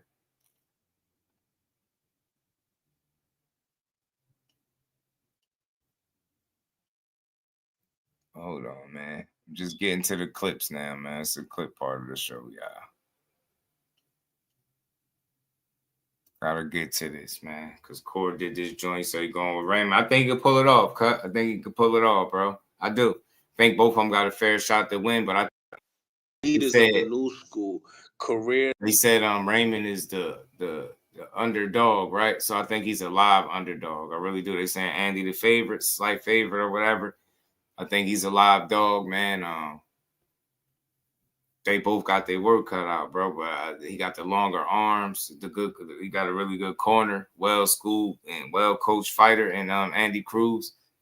I mean, Raymond Muratalla, I think he can make it tough for him. Let's see what Andy's approach is. Is he coming to box and move and be that Cuban boxer that we know can give guys fits with the footwork and the movement and stuff like that, the angles? Or is he going to be flat-footed and coming forward, trying to be on the front foot to be, you know what I'm saying, more entertaining or more offensive-minded because of who he worked with, you know what I'm saying? So let's see. Let's see what their approach is. That's going to say a lot, you get me? But if you him, I think he want to box and go in his bag rather than try to just, you know, be in that fire going for it like we've seen him do in shit the last few fights for sure. Let's see that. Not walking in eggshells when the smoke clears is going to be Shakur versus Teofimo Lopez. What's your thoughts on that? Yo, you know, it's so crazy. I swear to God. I just had a DM conversation with Teo, and we just was talking about that. Really? Yeah, I don't even know how this we was even got into it. I beforehand. kind of He still it was a nice little conversation, but at the end of the conversation, I told him like me and him gonna fight one day, and he said, "Yeah, we're gonna make it happen." Beautiful matchup. You know, you guys have a long history in the amateurs as well, and it's nice to hear that you guys could be friends and be able to want to fight each other. But what you guys have in this common fight is was put you guys together. want to That's fight all the this best. shit show. It's how You know easy what I'm it saying? So it was. seems to me there's a lot of mutual That's respect what I like there. about it. How does that fight play out? I mean, you gotta keep it real, right? Hey man, like I said, I believe I'll beat any fighter on the planet of Earth. Me at my best beats everybody. So I ain't gonna give you no prediction. But Tio is a bad motherfucker. Like, I respect Teofimo. I respect his skills. I respect that he fights everybody. Tio is not no fighter that ducks anybody. He wants to fight the best, and he'll get in the ring with anybody. Yeah, build him up, champ. But he definitely turned some guys down. Matthias, Devin, just to say a couple. He definitely turned down some Much smoke. respect to Tio. Definitely mutual respect on mine. I love that. I love that about you guys. Speaking upon that a little bit, right? Because you guys have history, and then you have fighters that I've seen you talk to Kambosos after the fight. He had a bad performance in his last fight. You told him what it was as far as you believe he got robbed. In the same time, do you believe when you watched the Teofimo Lopez and Kambosos fight, did you feel like there was something wrong with Teo? Or did you feel like there was a couple things wrong and Kambosos really had a lucky day? Nah, it was something clearly wrong with Tio. Kambosos He wanted that trash. Like, he's super not a good bad. fighter. So honestly, I know it was something wrong with Tio. I know Tio since the amateurs. He had like a real bad asthma problem since the amateurs. So I know for a fact that was something wrong with Tio. That wasn't like Kambosos did anything special. And you could see like his mental wasn't there because we never seen Tio going there from like the first round. Like the fight ain't even like start. He ain't warm up. He didn't get his jab established. It wasn't like he was trying to make it a boxing match. He just went straight at him, trying to knock this dude head off. Yeah, that was stupid. Nah, That's why I can't make no got beat up. excuses for him Mm-hmm. because at the end of the day, Kambosos did win. Mm-hmm. But truthfully, me knowing T.O., yeah, it was something wrong with him. Now that doubling up on that question, like for Devin Haney to go to Australia 2 times to fight Kambosos, you just said it right now. You believe that Kambosos is trash, so you knew that he was food, and that was pretty much a lucky position for Devin Haney to collect those belts. Is that what you believe? I mean, I ain't gonna take nothing away from the dude. Only to thing that I set it can say up. that I don't respect, and it's like probably a little off topic, but actually before I go there, I'm gonna say, I did bet on him to win. I want to say like 20K, and I won like $4,000 because I knew, like I already knew, like Kambosos was good. Like it was no way he was gonna beat Devin. But what I say, like I don't respect when it comes to like boxing or fighting. The only thing I can say as far as his resume that I don't respect. Let's go. is Let's the fact play that Tio if he on the wasn't gonna ground fight joint from me, he may Tio. get Y'all, it's Tio. 50 people in the building. Hit the like button, sub to the channel, y'all. Let's keep rocking. Stop holding me. You stop for 1 second, bro? No, Shakur, I can't stop.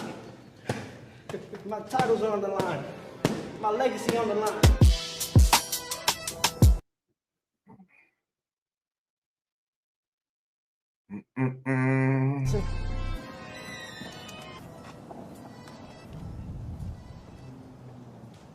I always think about fooling around, like jokingly, because that's how I get my fun out of this. You get to have fun, and you joke around and stuff. You know, because people take this too serious, too. You can't take it seriously. You don't love it. When you were a little kid, did you imagine yourself where you are now, man? Yeah, but only as a little kid, man. You only imagine it, right? But to live it now is like, it's definitely, it's awesome. It's pretty cool. Turn your dreams into reality. It's a real thing. You don't see no progression. You don't see no progress, so to speak, in the beginning. Out of nowhere, it's 1 year that just boom and then boom and back to back to back to back that hits everything, and you're like, so all that was to leave for this moment. Shakur got it coming, man. That guy got it coming. I'm telling you. You know, I joke around with the public. That's one thing, but man, he'll find out when we're in that ring. January 31st, he'll find out. Today is chest, triceps, a little bit of shadow boxing with some weights. Keep the ligaments and everything loose. A little bit of forearms to finish it off.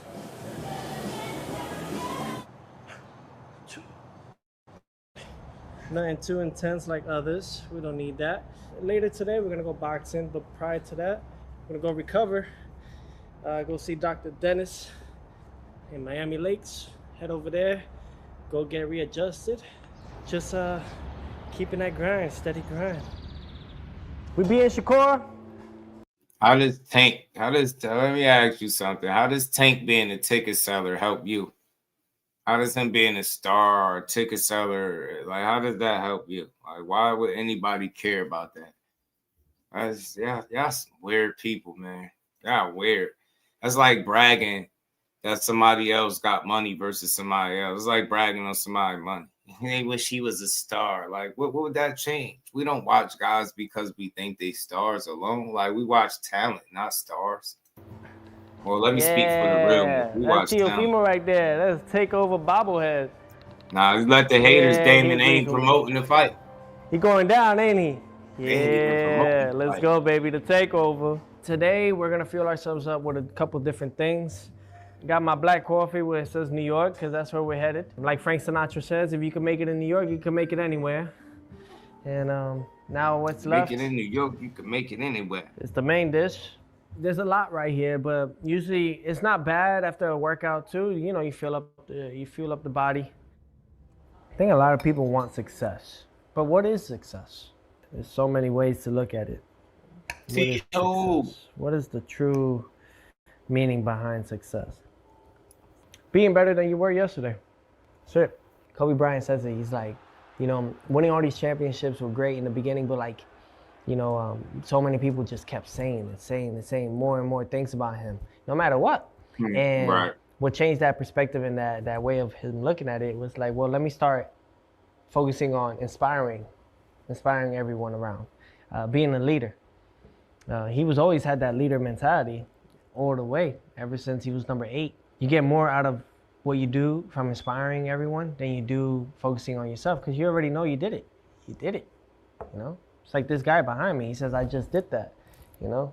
So, you know, when you do that, you did that. I want to hang up my gloves one day where no one could reach the accomplishments and for years. I'm talking about like half a century. You know, it's going to take somebody 50 years from now to accomplish what I'm going to be doing. That's my mindset, you know? As long as something much higher than all of us respects me and loves what I'm doing, then that's all I need. That's all I need.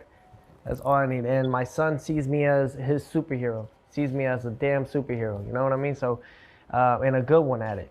No, the titles ain't for the fans. The titles are for the boxers. Just like the tickets that they sell means the money is for the boxers. We watch fighters because of talent, not because of ticket sales and not because of titles alone.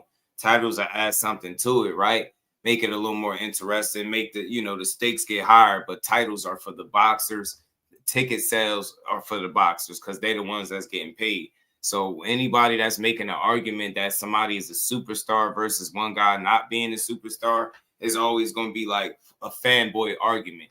I don't care about nobody's ticket sales for real, but I just be here to shoot down narratives. They pushing that Shakur fight flopping, and I'm going to get into that a little bit more because of the picture with him making sure that underprivileged kids from North get a chance to see this fight. That's something that he's been doing in his career. People just got to catch up. But they so miserable, and they talk boxing just to tear it down. That instead of highlighting that's a dope thing that he's doing, they rather try to say that that's an indication that the fight is not selling. So that's why I'm even here talking about it. I don't care about ticket sales at all, except when people pushing narratives that really are damaging for the sport. Let's keep going, man. And I'm his best friend. So if there's anyone that can bring me that joy and know that acceptance, it's gonna be my young boy. Facts. Shakur Robinson, Fighter of the Year award. It's very rare to get these, but yeah, this one's made out of brass. Yeah, doesn't feel real sometimes. Even to this day. But yeah, we'd like to see like 2-3 more of these. I could claim. So, but I'm very. He being character, I think, sure. Damon. Worked hard for it. Our end goal is to become out victorious and show the world that we are the best at what we do individually. Him as a trainer, me as a fighter. And, that relationship won't ever end. And as a father and son duo, I am thankful for him on that. I am. He deals with my a lot. And, but I know he only. That's dope, man. That no matter what, though, Tio still rock with his dad. That's something I'm gonna always have respect for. Like, no matter what they go through, no matter what Tio go through, Pops is right there, and they right there rocking with each other. He wants the the ups, best the downs, me. the good, the And bad, the ugly. Who else would you want? Pops right in there. your corner than someone that wants the best for you and knows what you could do.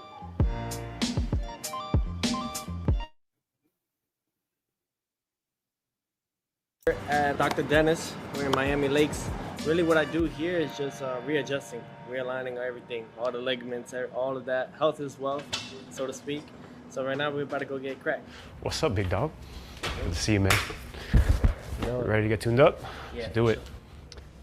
When it comes to boxing specifically, there's bobbing and weaving, and there's a lot of high repetition that starts to wear and tear at the spinal disc level. So what we're gonna do is we're gonna decompress the spine and make sure that we get hydration back into the disc.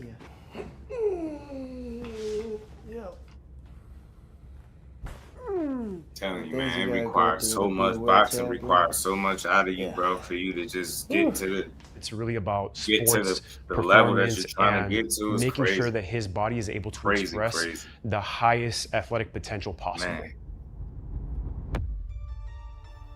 Tonight, right now we're boxing. Yep. We're original classic, reason why we're here type of boxing.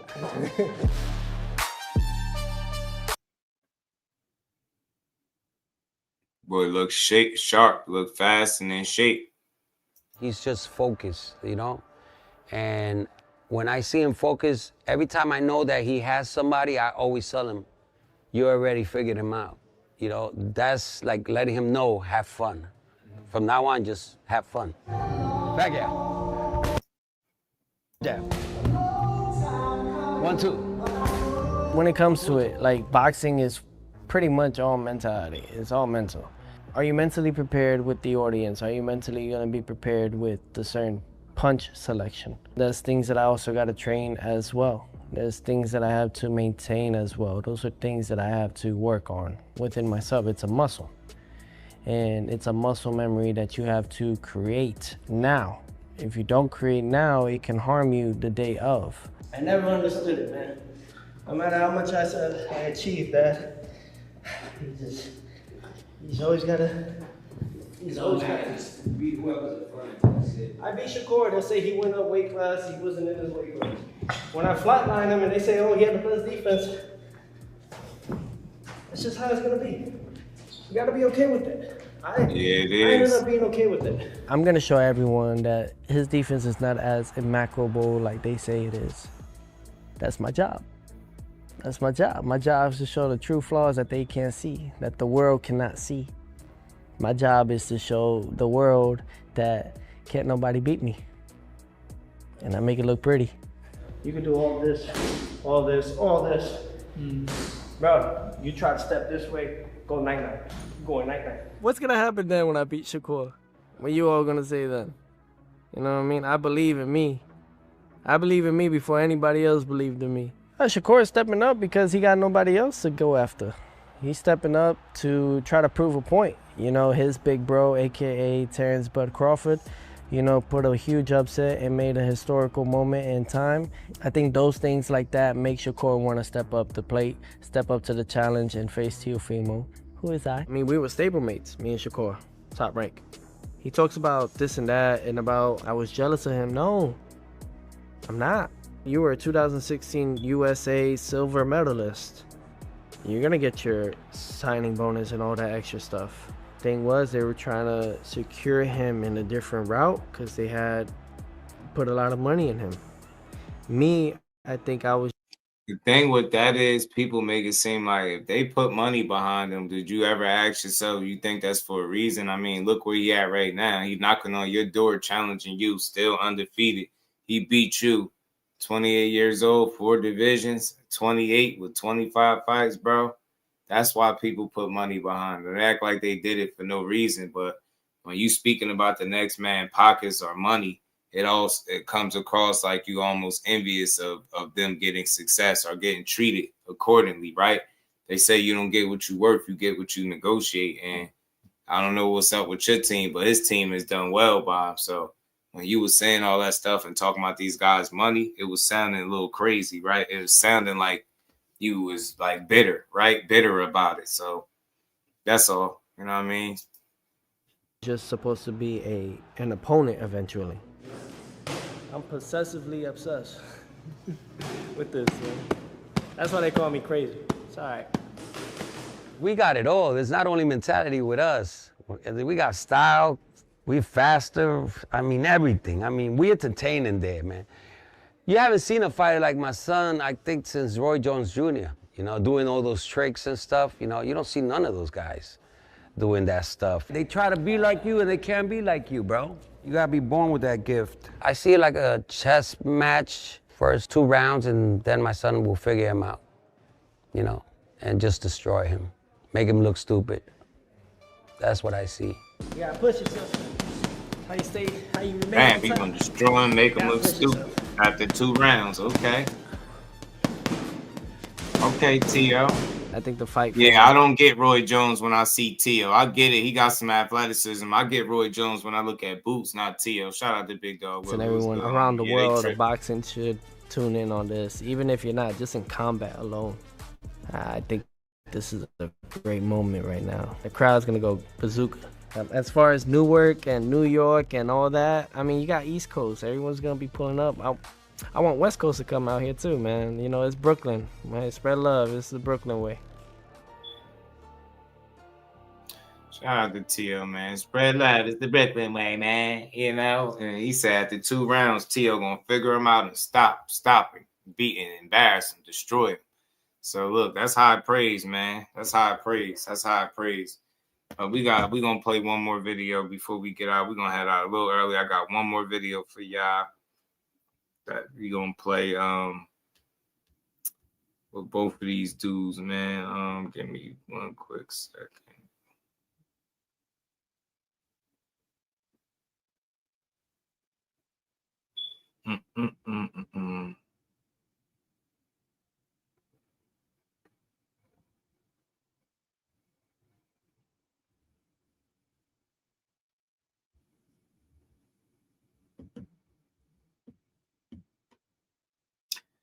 Give me 1 second, child. Joe, a fool. My son, after 2 rounds, my son.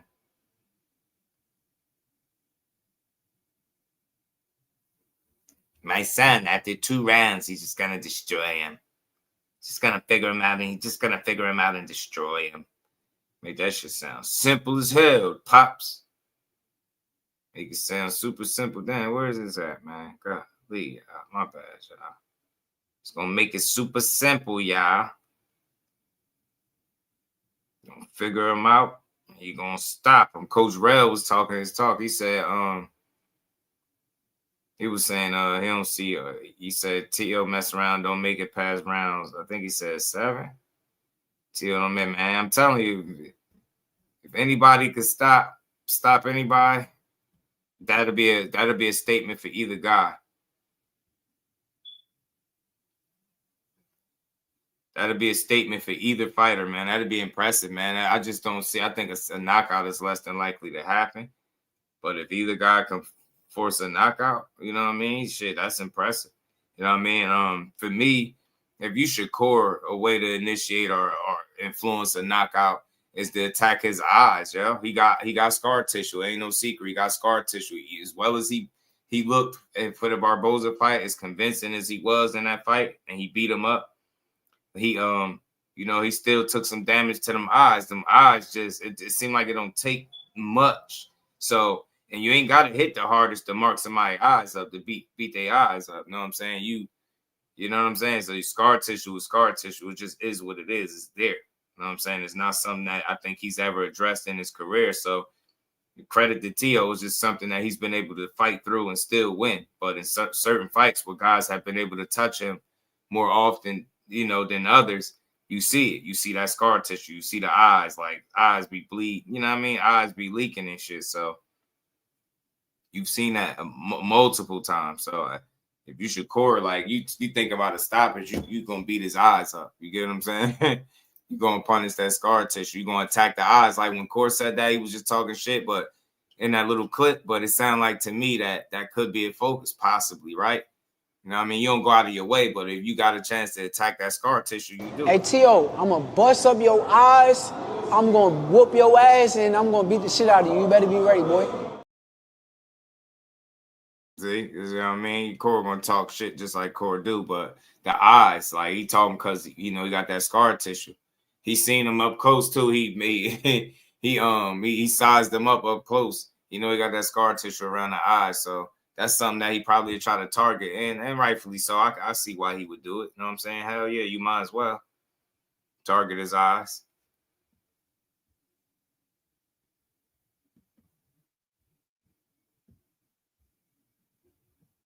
Target them eyes, man. Mine George was good. Just it's gonna be Core Floyd, Diego Corrales moment. The ref stopped this fight. Charlie Burley would beat all the current welts at the top. Okay, shout out, man. Shout out to CJ, my dog. Appreciate you, homie. Appreciate you, man. My bad. I've been a little off point, y'all, but we gonna get it right. We gonna get it right, buddy. Look, shout out to Showbiz. Corey, I'm telling you, he a gym right. He's studying.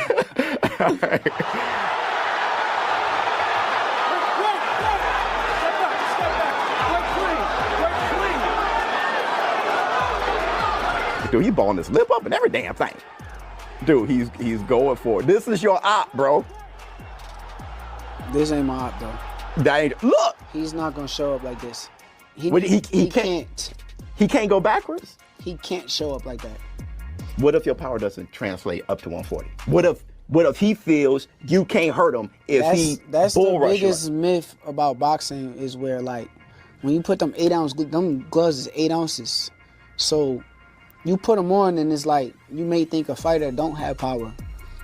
I'm pretty sure he thought Kambosos couldn't punch. Neither did I. When I watch Kambosos, I don't think he's a big puncher. Facts. Did he get caught with a shot by a guy that can't punch, right? He got dropped, yeah. So Corey be breaking this shit I'm gonna be down. right about here you go right here. Boom. How the hell? Dude, been watching everything, bro. I pay attention. He be that man be studying Tio fights. He know Tio ain't gonna come out like that. That's what I like about Core, because he ain't slighting him. He ain't gonna come out like that. He know he's gonna fight better than that. But I like his explanation about the power. Like, people keep talking all this dumbass power shit. And he like, yo, Then I'm pretty sure he didn't think Kambosos could punch either, right? And then he get dropped, right? Sat on his ass, right? His back pockets. Because it's not all about just power, it's timing, right? You get caught with a shot you ain't ready for, you didn't see, you can get knocked down.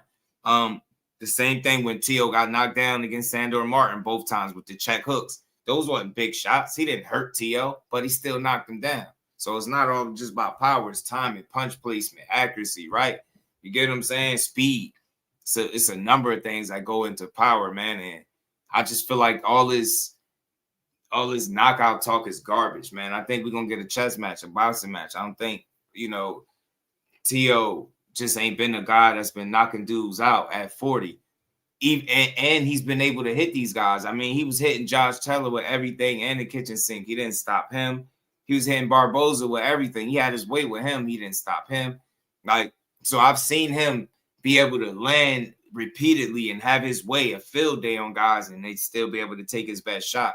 That don't say he's pillow-fisted or nothing stupid like that. It just says he's not a big puncher up there at 40, right? I think he was a little more explosive at 35, and I think that's where his knockouts was coming. But if you really look at it, once he went up to 140, he got the one knockout, and he's been outboxing guys. You know what I'm saying? He's been doing that at a high level. Kudos to him, but the knockout slowed down.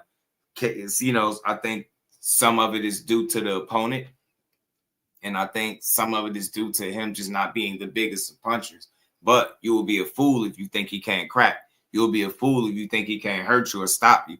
Yes, he could. He catch you with a shot you don't see. Yes, he do. But I see a great chess match, and I see the smarter guy winning. I see Teo being competitive because I told y'all at the elite level, the separation is not as wide as what people would like to think it is. You know what I mean? I think Shakur is fighting at the elite level. I think Teo is too. I think it's a game of inches. I just think overall, the consistency and concentration goes on Shakur's side. I feel like if you're talking about a guy that comes out, grabs his lunch pail, goes to work, don't give up rounds, makes it very difficult for you to win rounds and build confidence against him, that's Shakur Stevenson. Teofimo has showed the ability in the past to raise his level, true indeed, but he's also shown the ability to not perform to his standard. Shakur, even not performing well below his standard, still only allow a guy to land 40 punches. So it's just different levels of bad, right? Because a bad fight is a bad fight. But you've seen one guy struggle on a more consistent basis than the other. That's my biggest, that's what factors in who I think gonna win the most, right? It's more skillful, smarter. The most athletic guy don't always win. You know what I mean? Teal's super athletic, but a lot of that stuff is not of any substance, right? The smacking of the feet, yeah, it look good when you see it. Only if you're able to land punches and let them beat on you after that. But in hindsight, what the hell is punching your sneaker going to do? Like, that does nothing. It's nothing super special about it. So that's the thing.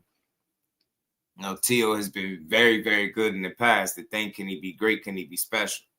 Right? Against somebody that has shown the ability to have the best plus-minus ratio in boxing. That's shown the ability to be able to land the second highest, in combination punches in boxing, right? So that's what you up against. Can you neutralize and nullify that? Can you stop him from being able to do those things? Because if you can, then you cooking with grease. You know what I'm saying? So shout out to Thrill Hill. I think a chess match is on the way for sure. Sparred with the dude a couple of times. He said, I wouldn't say he's a puncher. Boy, he hit me with a shot one day. My head hurt for about 5 minutes. Shout out to Z. Tell me, man, I'm like, he can't punch and he can't punch and he can't do this. And just sound like a little kid. Like, you sound silly. Anybody could be like this. Is Sandor Martin a big puncher? Is Kambosos a big puncher? Absolutely not. None of them dudes are big punchers. I mean, he's been dropped. Teo was dropped in his pro debut. It's not these guys. It's not about being a big puncher. That's that casual shit, man. You know what I'm saying? Not knowing what it like. People that know what it's like to get punched with an 8-ounce glove or get punched with a boxing glove in general, don't run around talking about this person don't got no power. You sound like an idiot, man. Like the fighters that's fighting the fighter is not saying that, but you are. The guy that don't got to get punched by him is saying somebody don't got power, but the fighters that get out the ring is not saying that. I wonder why. That's that casual shit. That's why I say dudes be like talking like they 18, 19 years old or something. Teenagers, young bucks, young whippersnappers, man. But my bad, y'all. Let me get this last video before we get out of here, y'all. Hit that like button, man. Sub to the channel.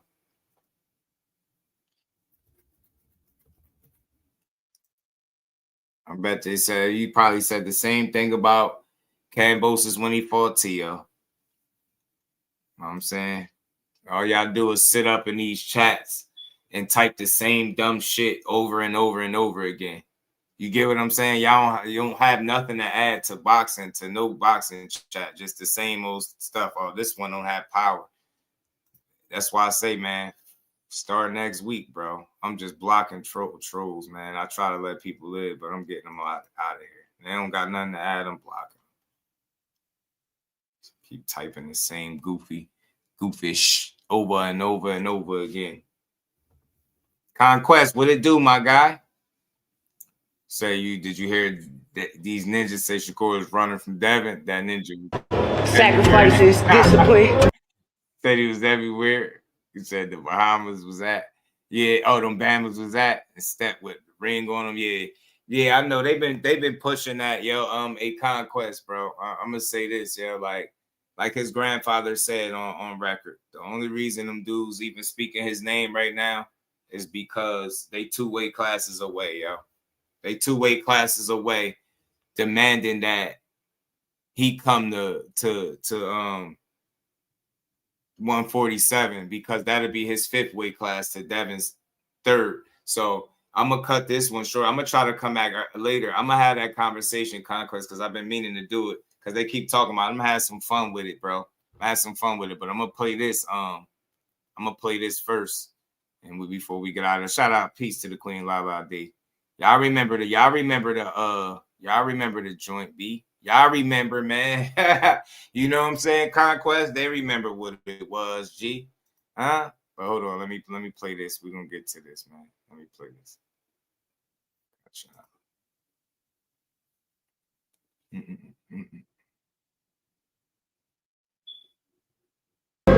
Time away. How you gonna beat me? You gonna beat me. They ain't even want to look at him, Conquest. They ain't even want to look that man way. Best of the best of the best. They ain't even want to look that man way, bro. My bad, I'm trying to avoid the music. Know what I mean? They ain't even want to look that man way. You know what I mean? Now they loud again, 2 weight classes away with the shit. And that's what I'm saying. Like, hey, real quick, I'm willing to bet you money, bro. Money. That if he was 2 weight classes away and calling him out, they'd be saying he clout chasing. Guaranteed. 100%. 100% they'd be saying he clout chasing.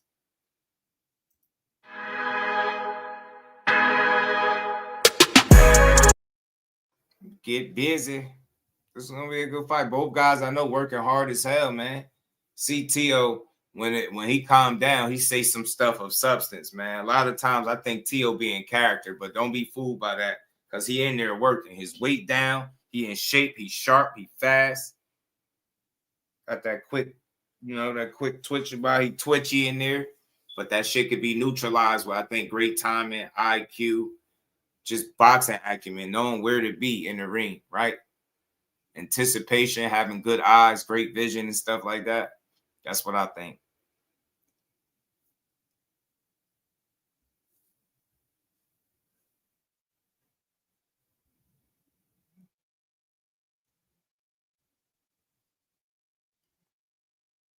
My bad, John. Let me see. That's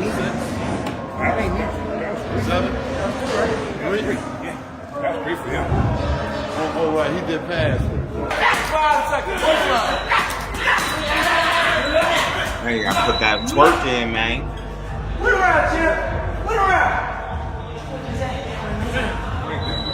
How many you got?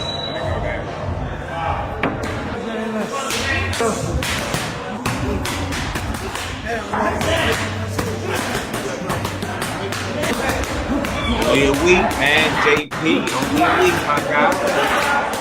Only a week.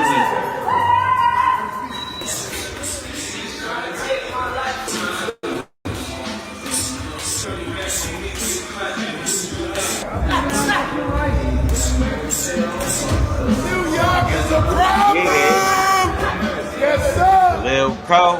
High, killers in the same building. Straight forward have all been in this camp. This shadow boxing. Time to be 14 rounds all together. Feel me? With that, then myself. Then myself. So pop out, say do tell. Hey, I'm cool. You got a pass. I know I do. I know I got a pass. How you feeling today, champ? Like a champ. Ready to go. We about to fuck Tio up. We lock in. We lock in. This shit is the dream team. What going on? January 31st. Court spanking shit. I ain't waiting to all that court. We don't do bogus ass fake take it or leave it offers. How the hell is Devin Haney offering somebody else money? Y'all silly. Y'all believe anything, man. 75-25. Yeah, right. As he ain't do that shit to Loma. He ain't do that shit to Jojo Diaz. None of that. Nobody else did he do that with. Go out there and make fights with these dudes and do good business. But then with Shakur, he want to do some flawed business. And y'all accept that because y'all super fans of him. On everything I love, Shakur Stevenson offered somebody 25%. And I know it was less than what they was worth. I would be looking at him as if he really didn't want to fight the way he was saying. Ain't no way. I would be championing and suggesting that 25% of anything is good. And y'all still don't know what the 25% was coming from. Y'all lost. Y'all don't know because they didn't get that far. How the hell he giving up somebody else's money? Bob Arum said that shit ain't have no substance. And still to this day, y'all still talking that shit. That Bob Arum also said y'all like dumb as a box of rocks, the boxing fans. And this is why statements like that are made true when people continue to push somebody duck the fight because they didn't accept a low ball offer. Turning the fight down would be saying, no, I don't want the offer. I don't want the fight. I'm turning the fight down. He didn't say that. He went to the sanctioning bodies, the WBC and the WBO, for them to make a decision on the split. Then to try to save y'all ass, y'all try to say he was asking for 50-50 when it didn't matter if he was asking for 80% because the split was up to the sanctioning bodies, not him. If Devin Haney wanted the fucking fight, he would have stayed there at 135, waited for the sanctioning bodies to make a decision on what the split was going to be. He would have fought Shakur and beat him. But because y'all suckers, y'all can't keep it real. He vacated the titles and moved up. And he posted that his two goals was to beat Loma at 135 and go up to 140 and become a world champion. Nowhere in them plans did he say, I'm going to stay put and fight Shakur at 35.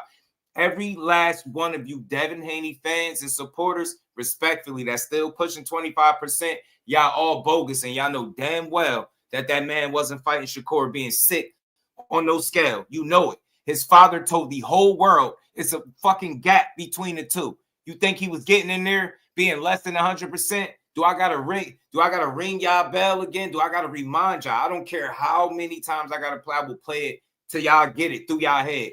No way in the hell, after saying this, they had any intent ever on fighting this man. First thing that I don't even know how it happened because we thought that we was getting points. You dig what I mean? Because Core is an Olympian. Core always then got in on Devin. Nigga, are you tripping? You niggas, y'all.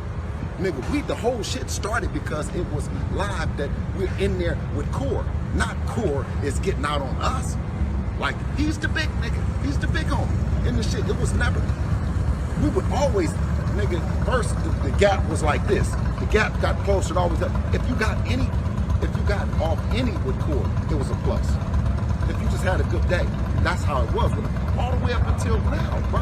That's why I told you, I said, inside the weight classes, when we moving, just like niggas is moving now, brother, if it's too hot at 30, we already ready to go to 40, bro. Listen, brother.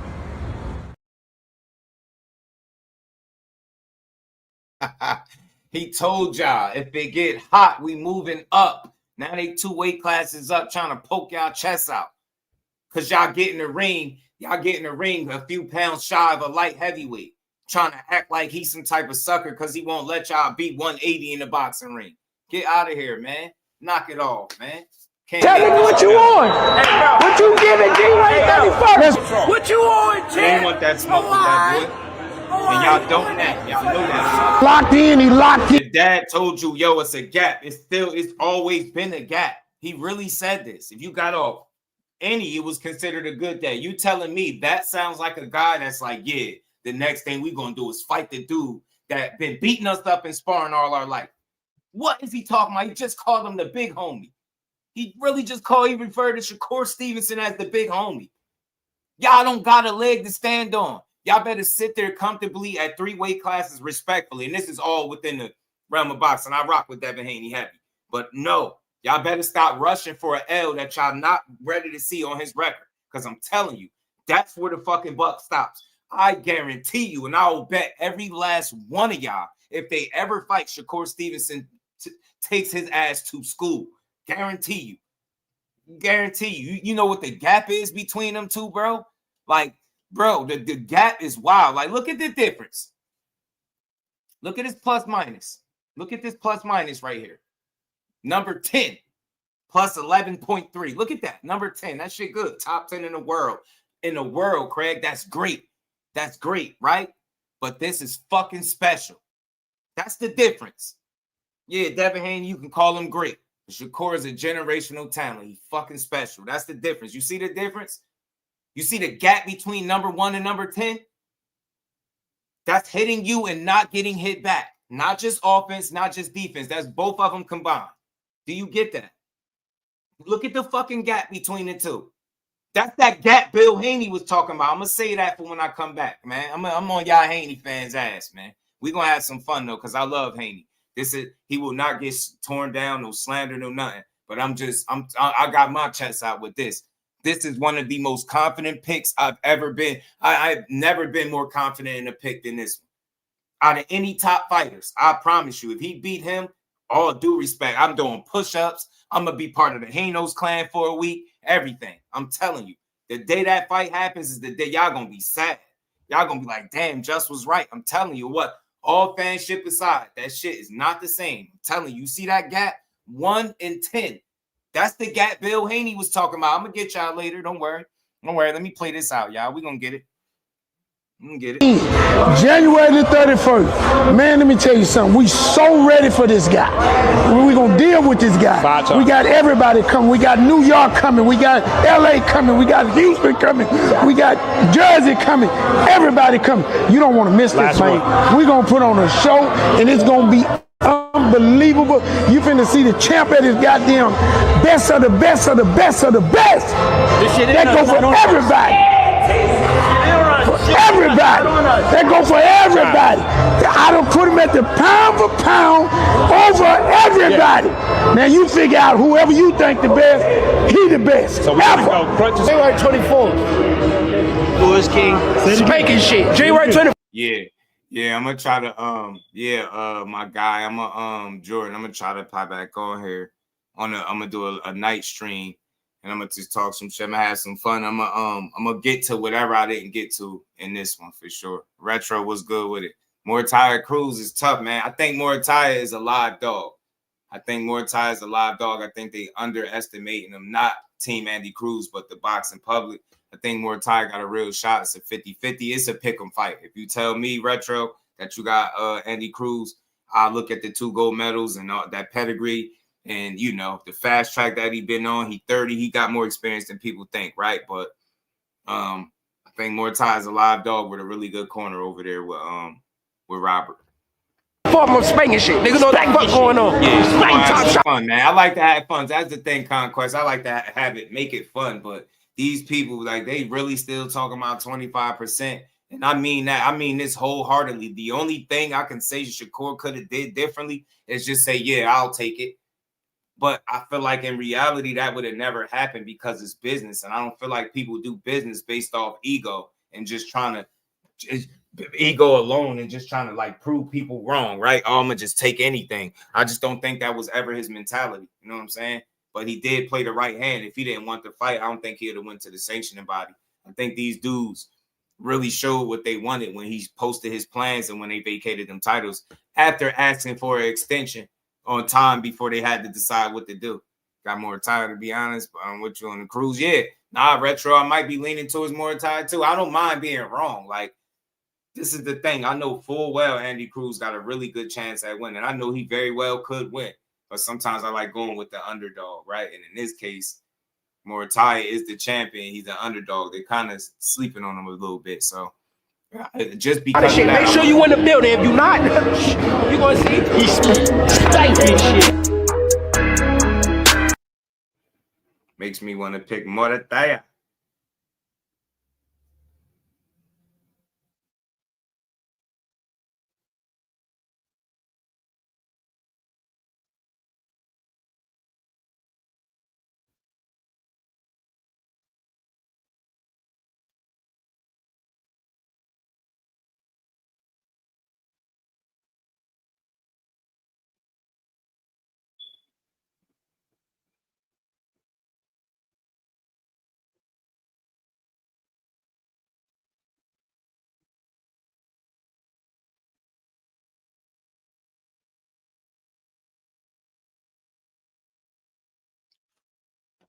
Oh, my bad, y'all. I got this music. I want this damn music. Use your phone. Come on, Diesel.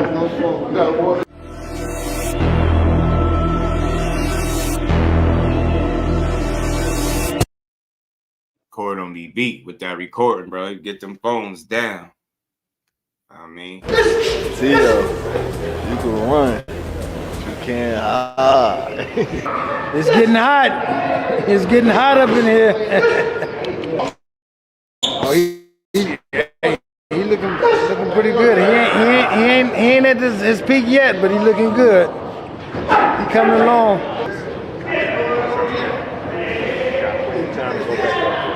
Get out of here. Telling you, man, both guys is focused, man. T.O. is locked in too, man. He putting in some work of his own. I know I see some people saying that he's working with Manny Pacquiao. I don't think that's the case. I don't think he's working with Manny.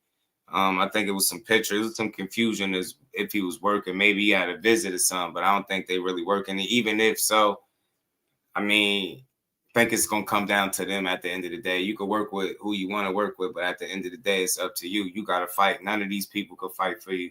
No matter if Shakur bring an all-star cast and a camp with him, he still got to perform on fight night, but he knows that full well. And I think that's what he prepared for, as is T.O. I think T.O. is prepared to go out there and try to prove people wrong. And I think that's something that he really wants to do. That's why I think he's been a bit more humble than what you've seen him in just about any other fight. He almost ain't even doing no trash talking. He talking some here and there, but it ain't really much, right? You know what I mean? He doing some trolling, some harmless trolling like this. He trolls Shakur with this.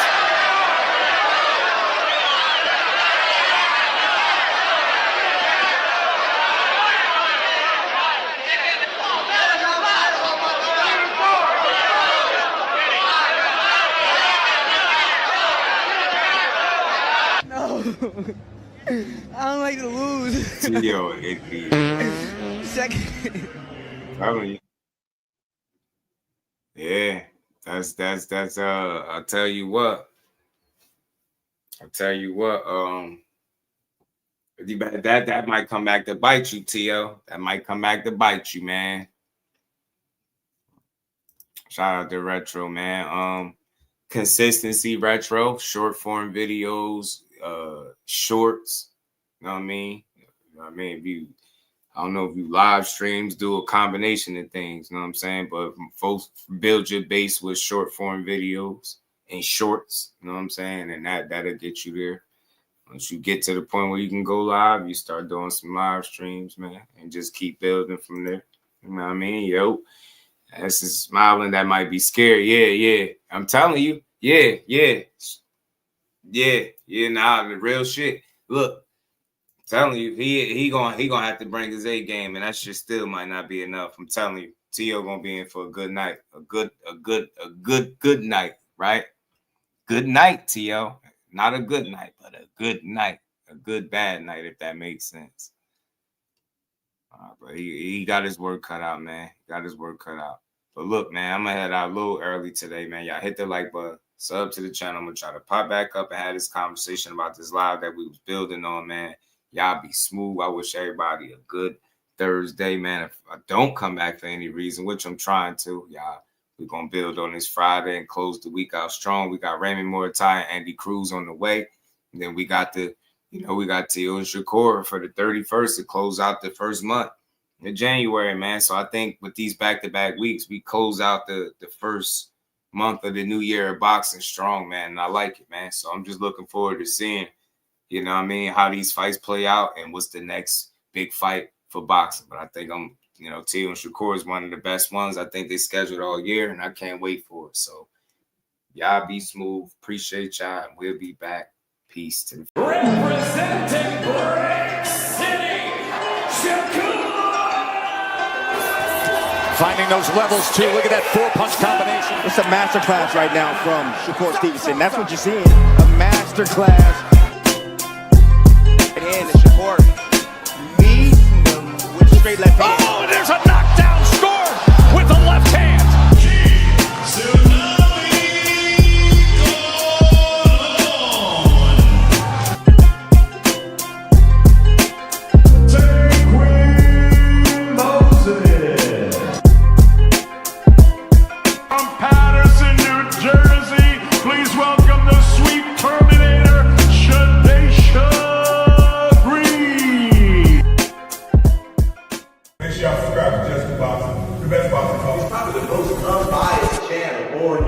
Right now, we're going to give him his just due. Shout out to my brother Just Due.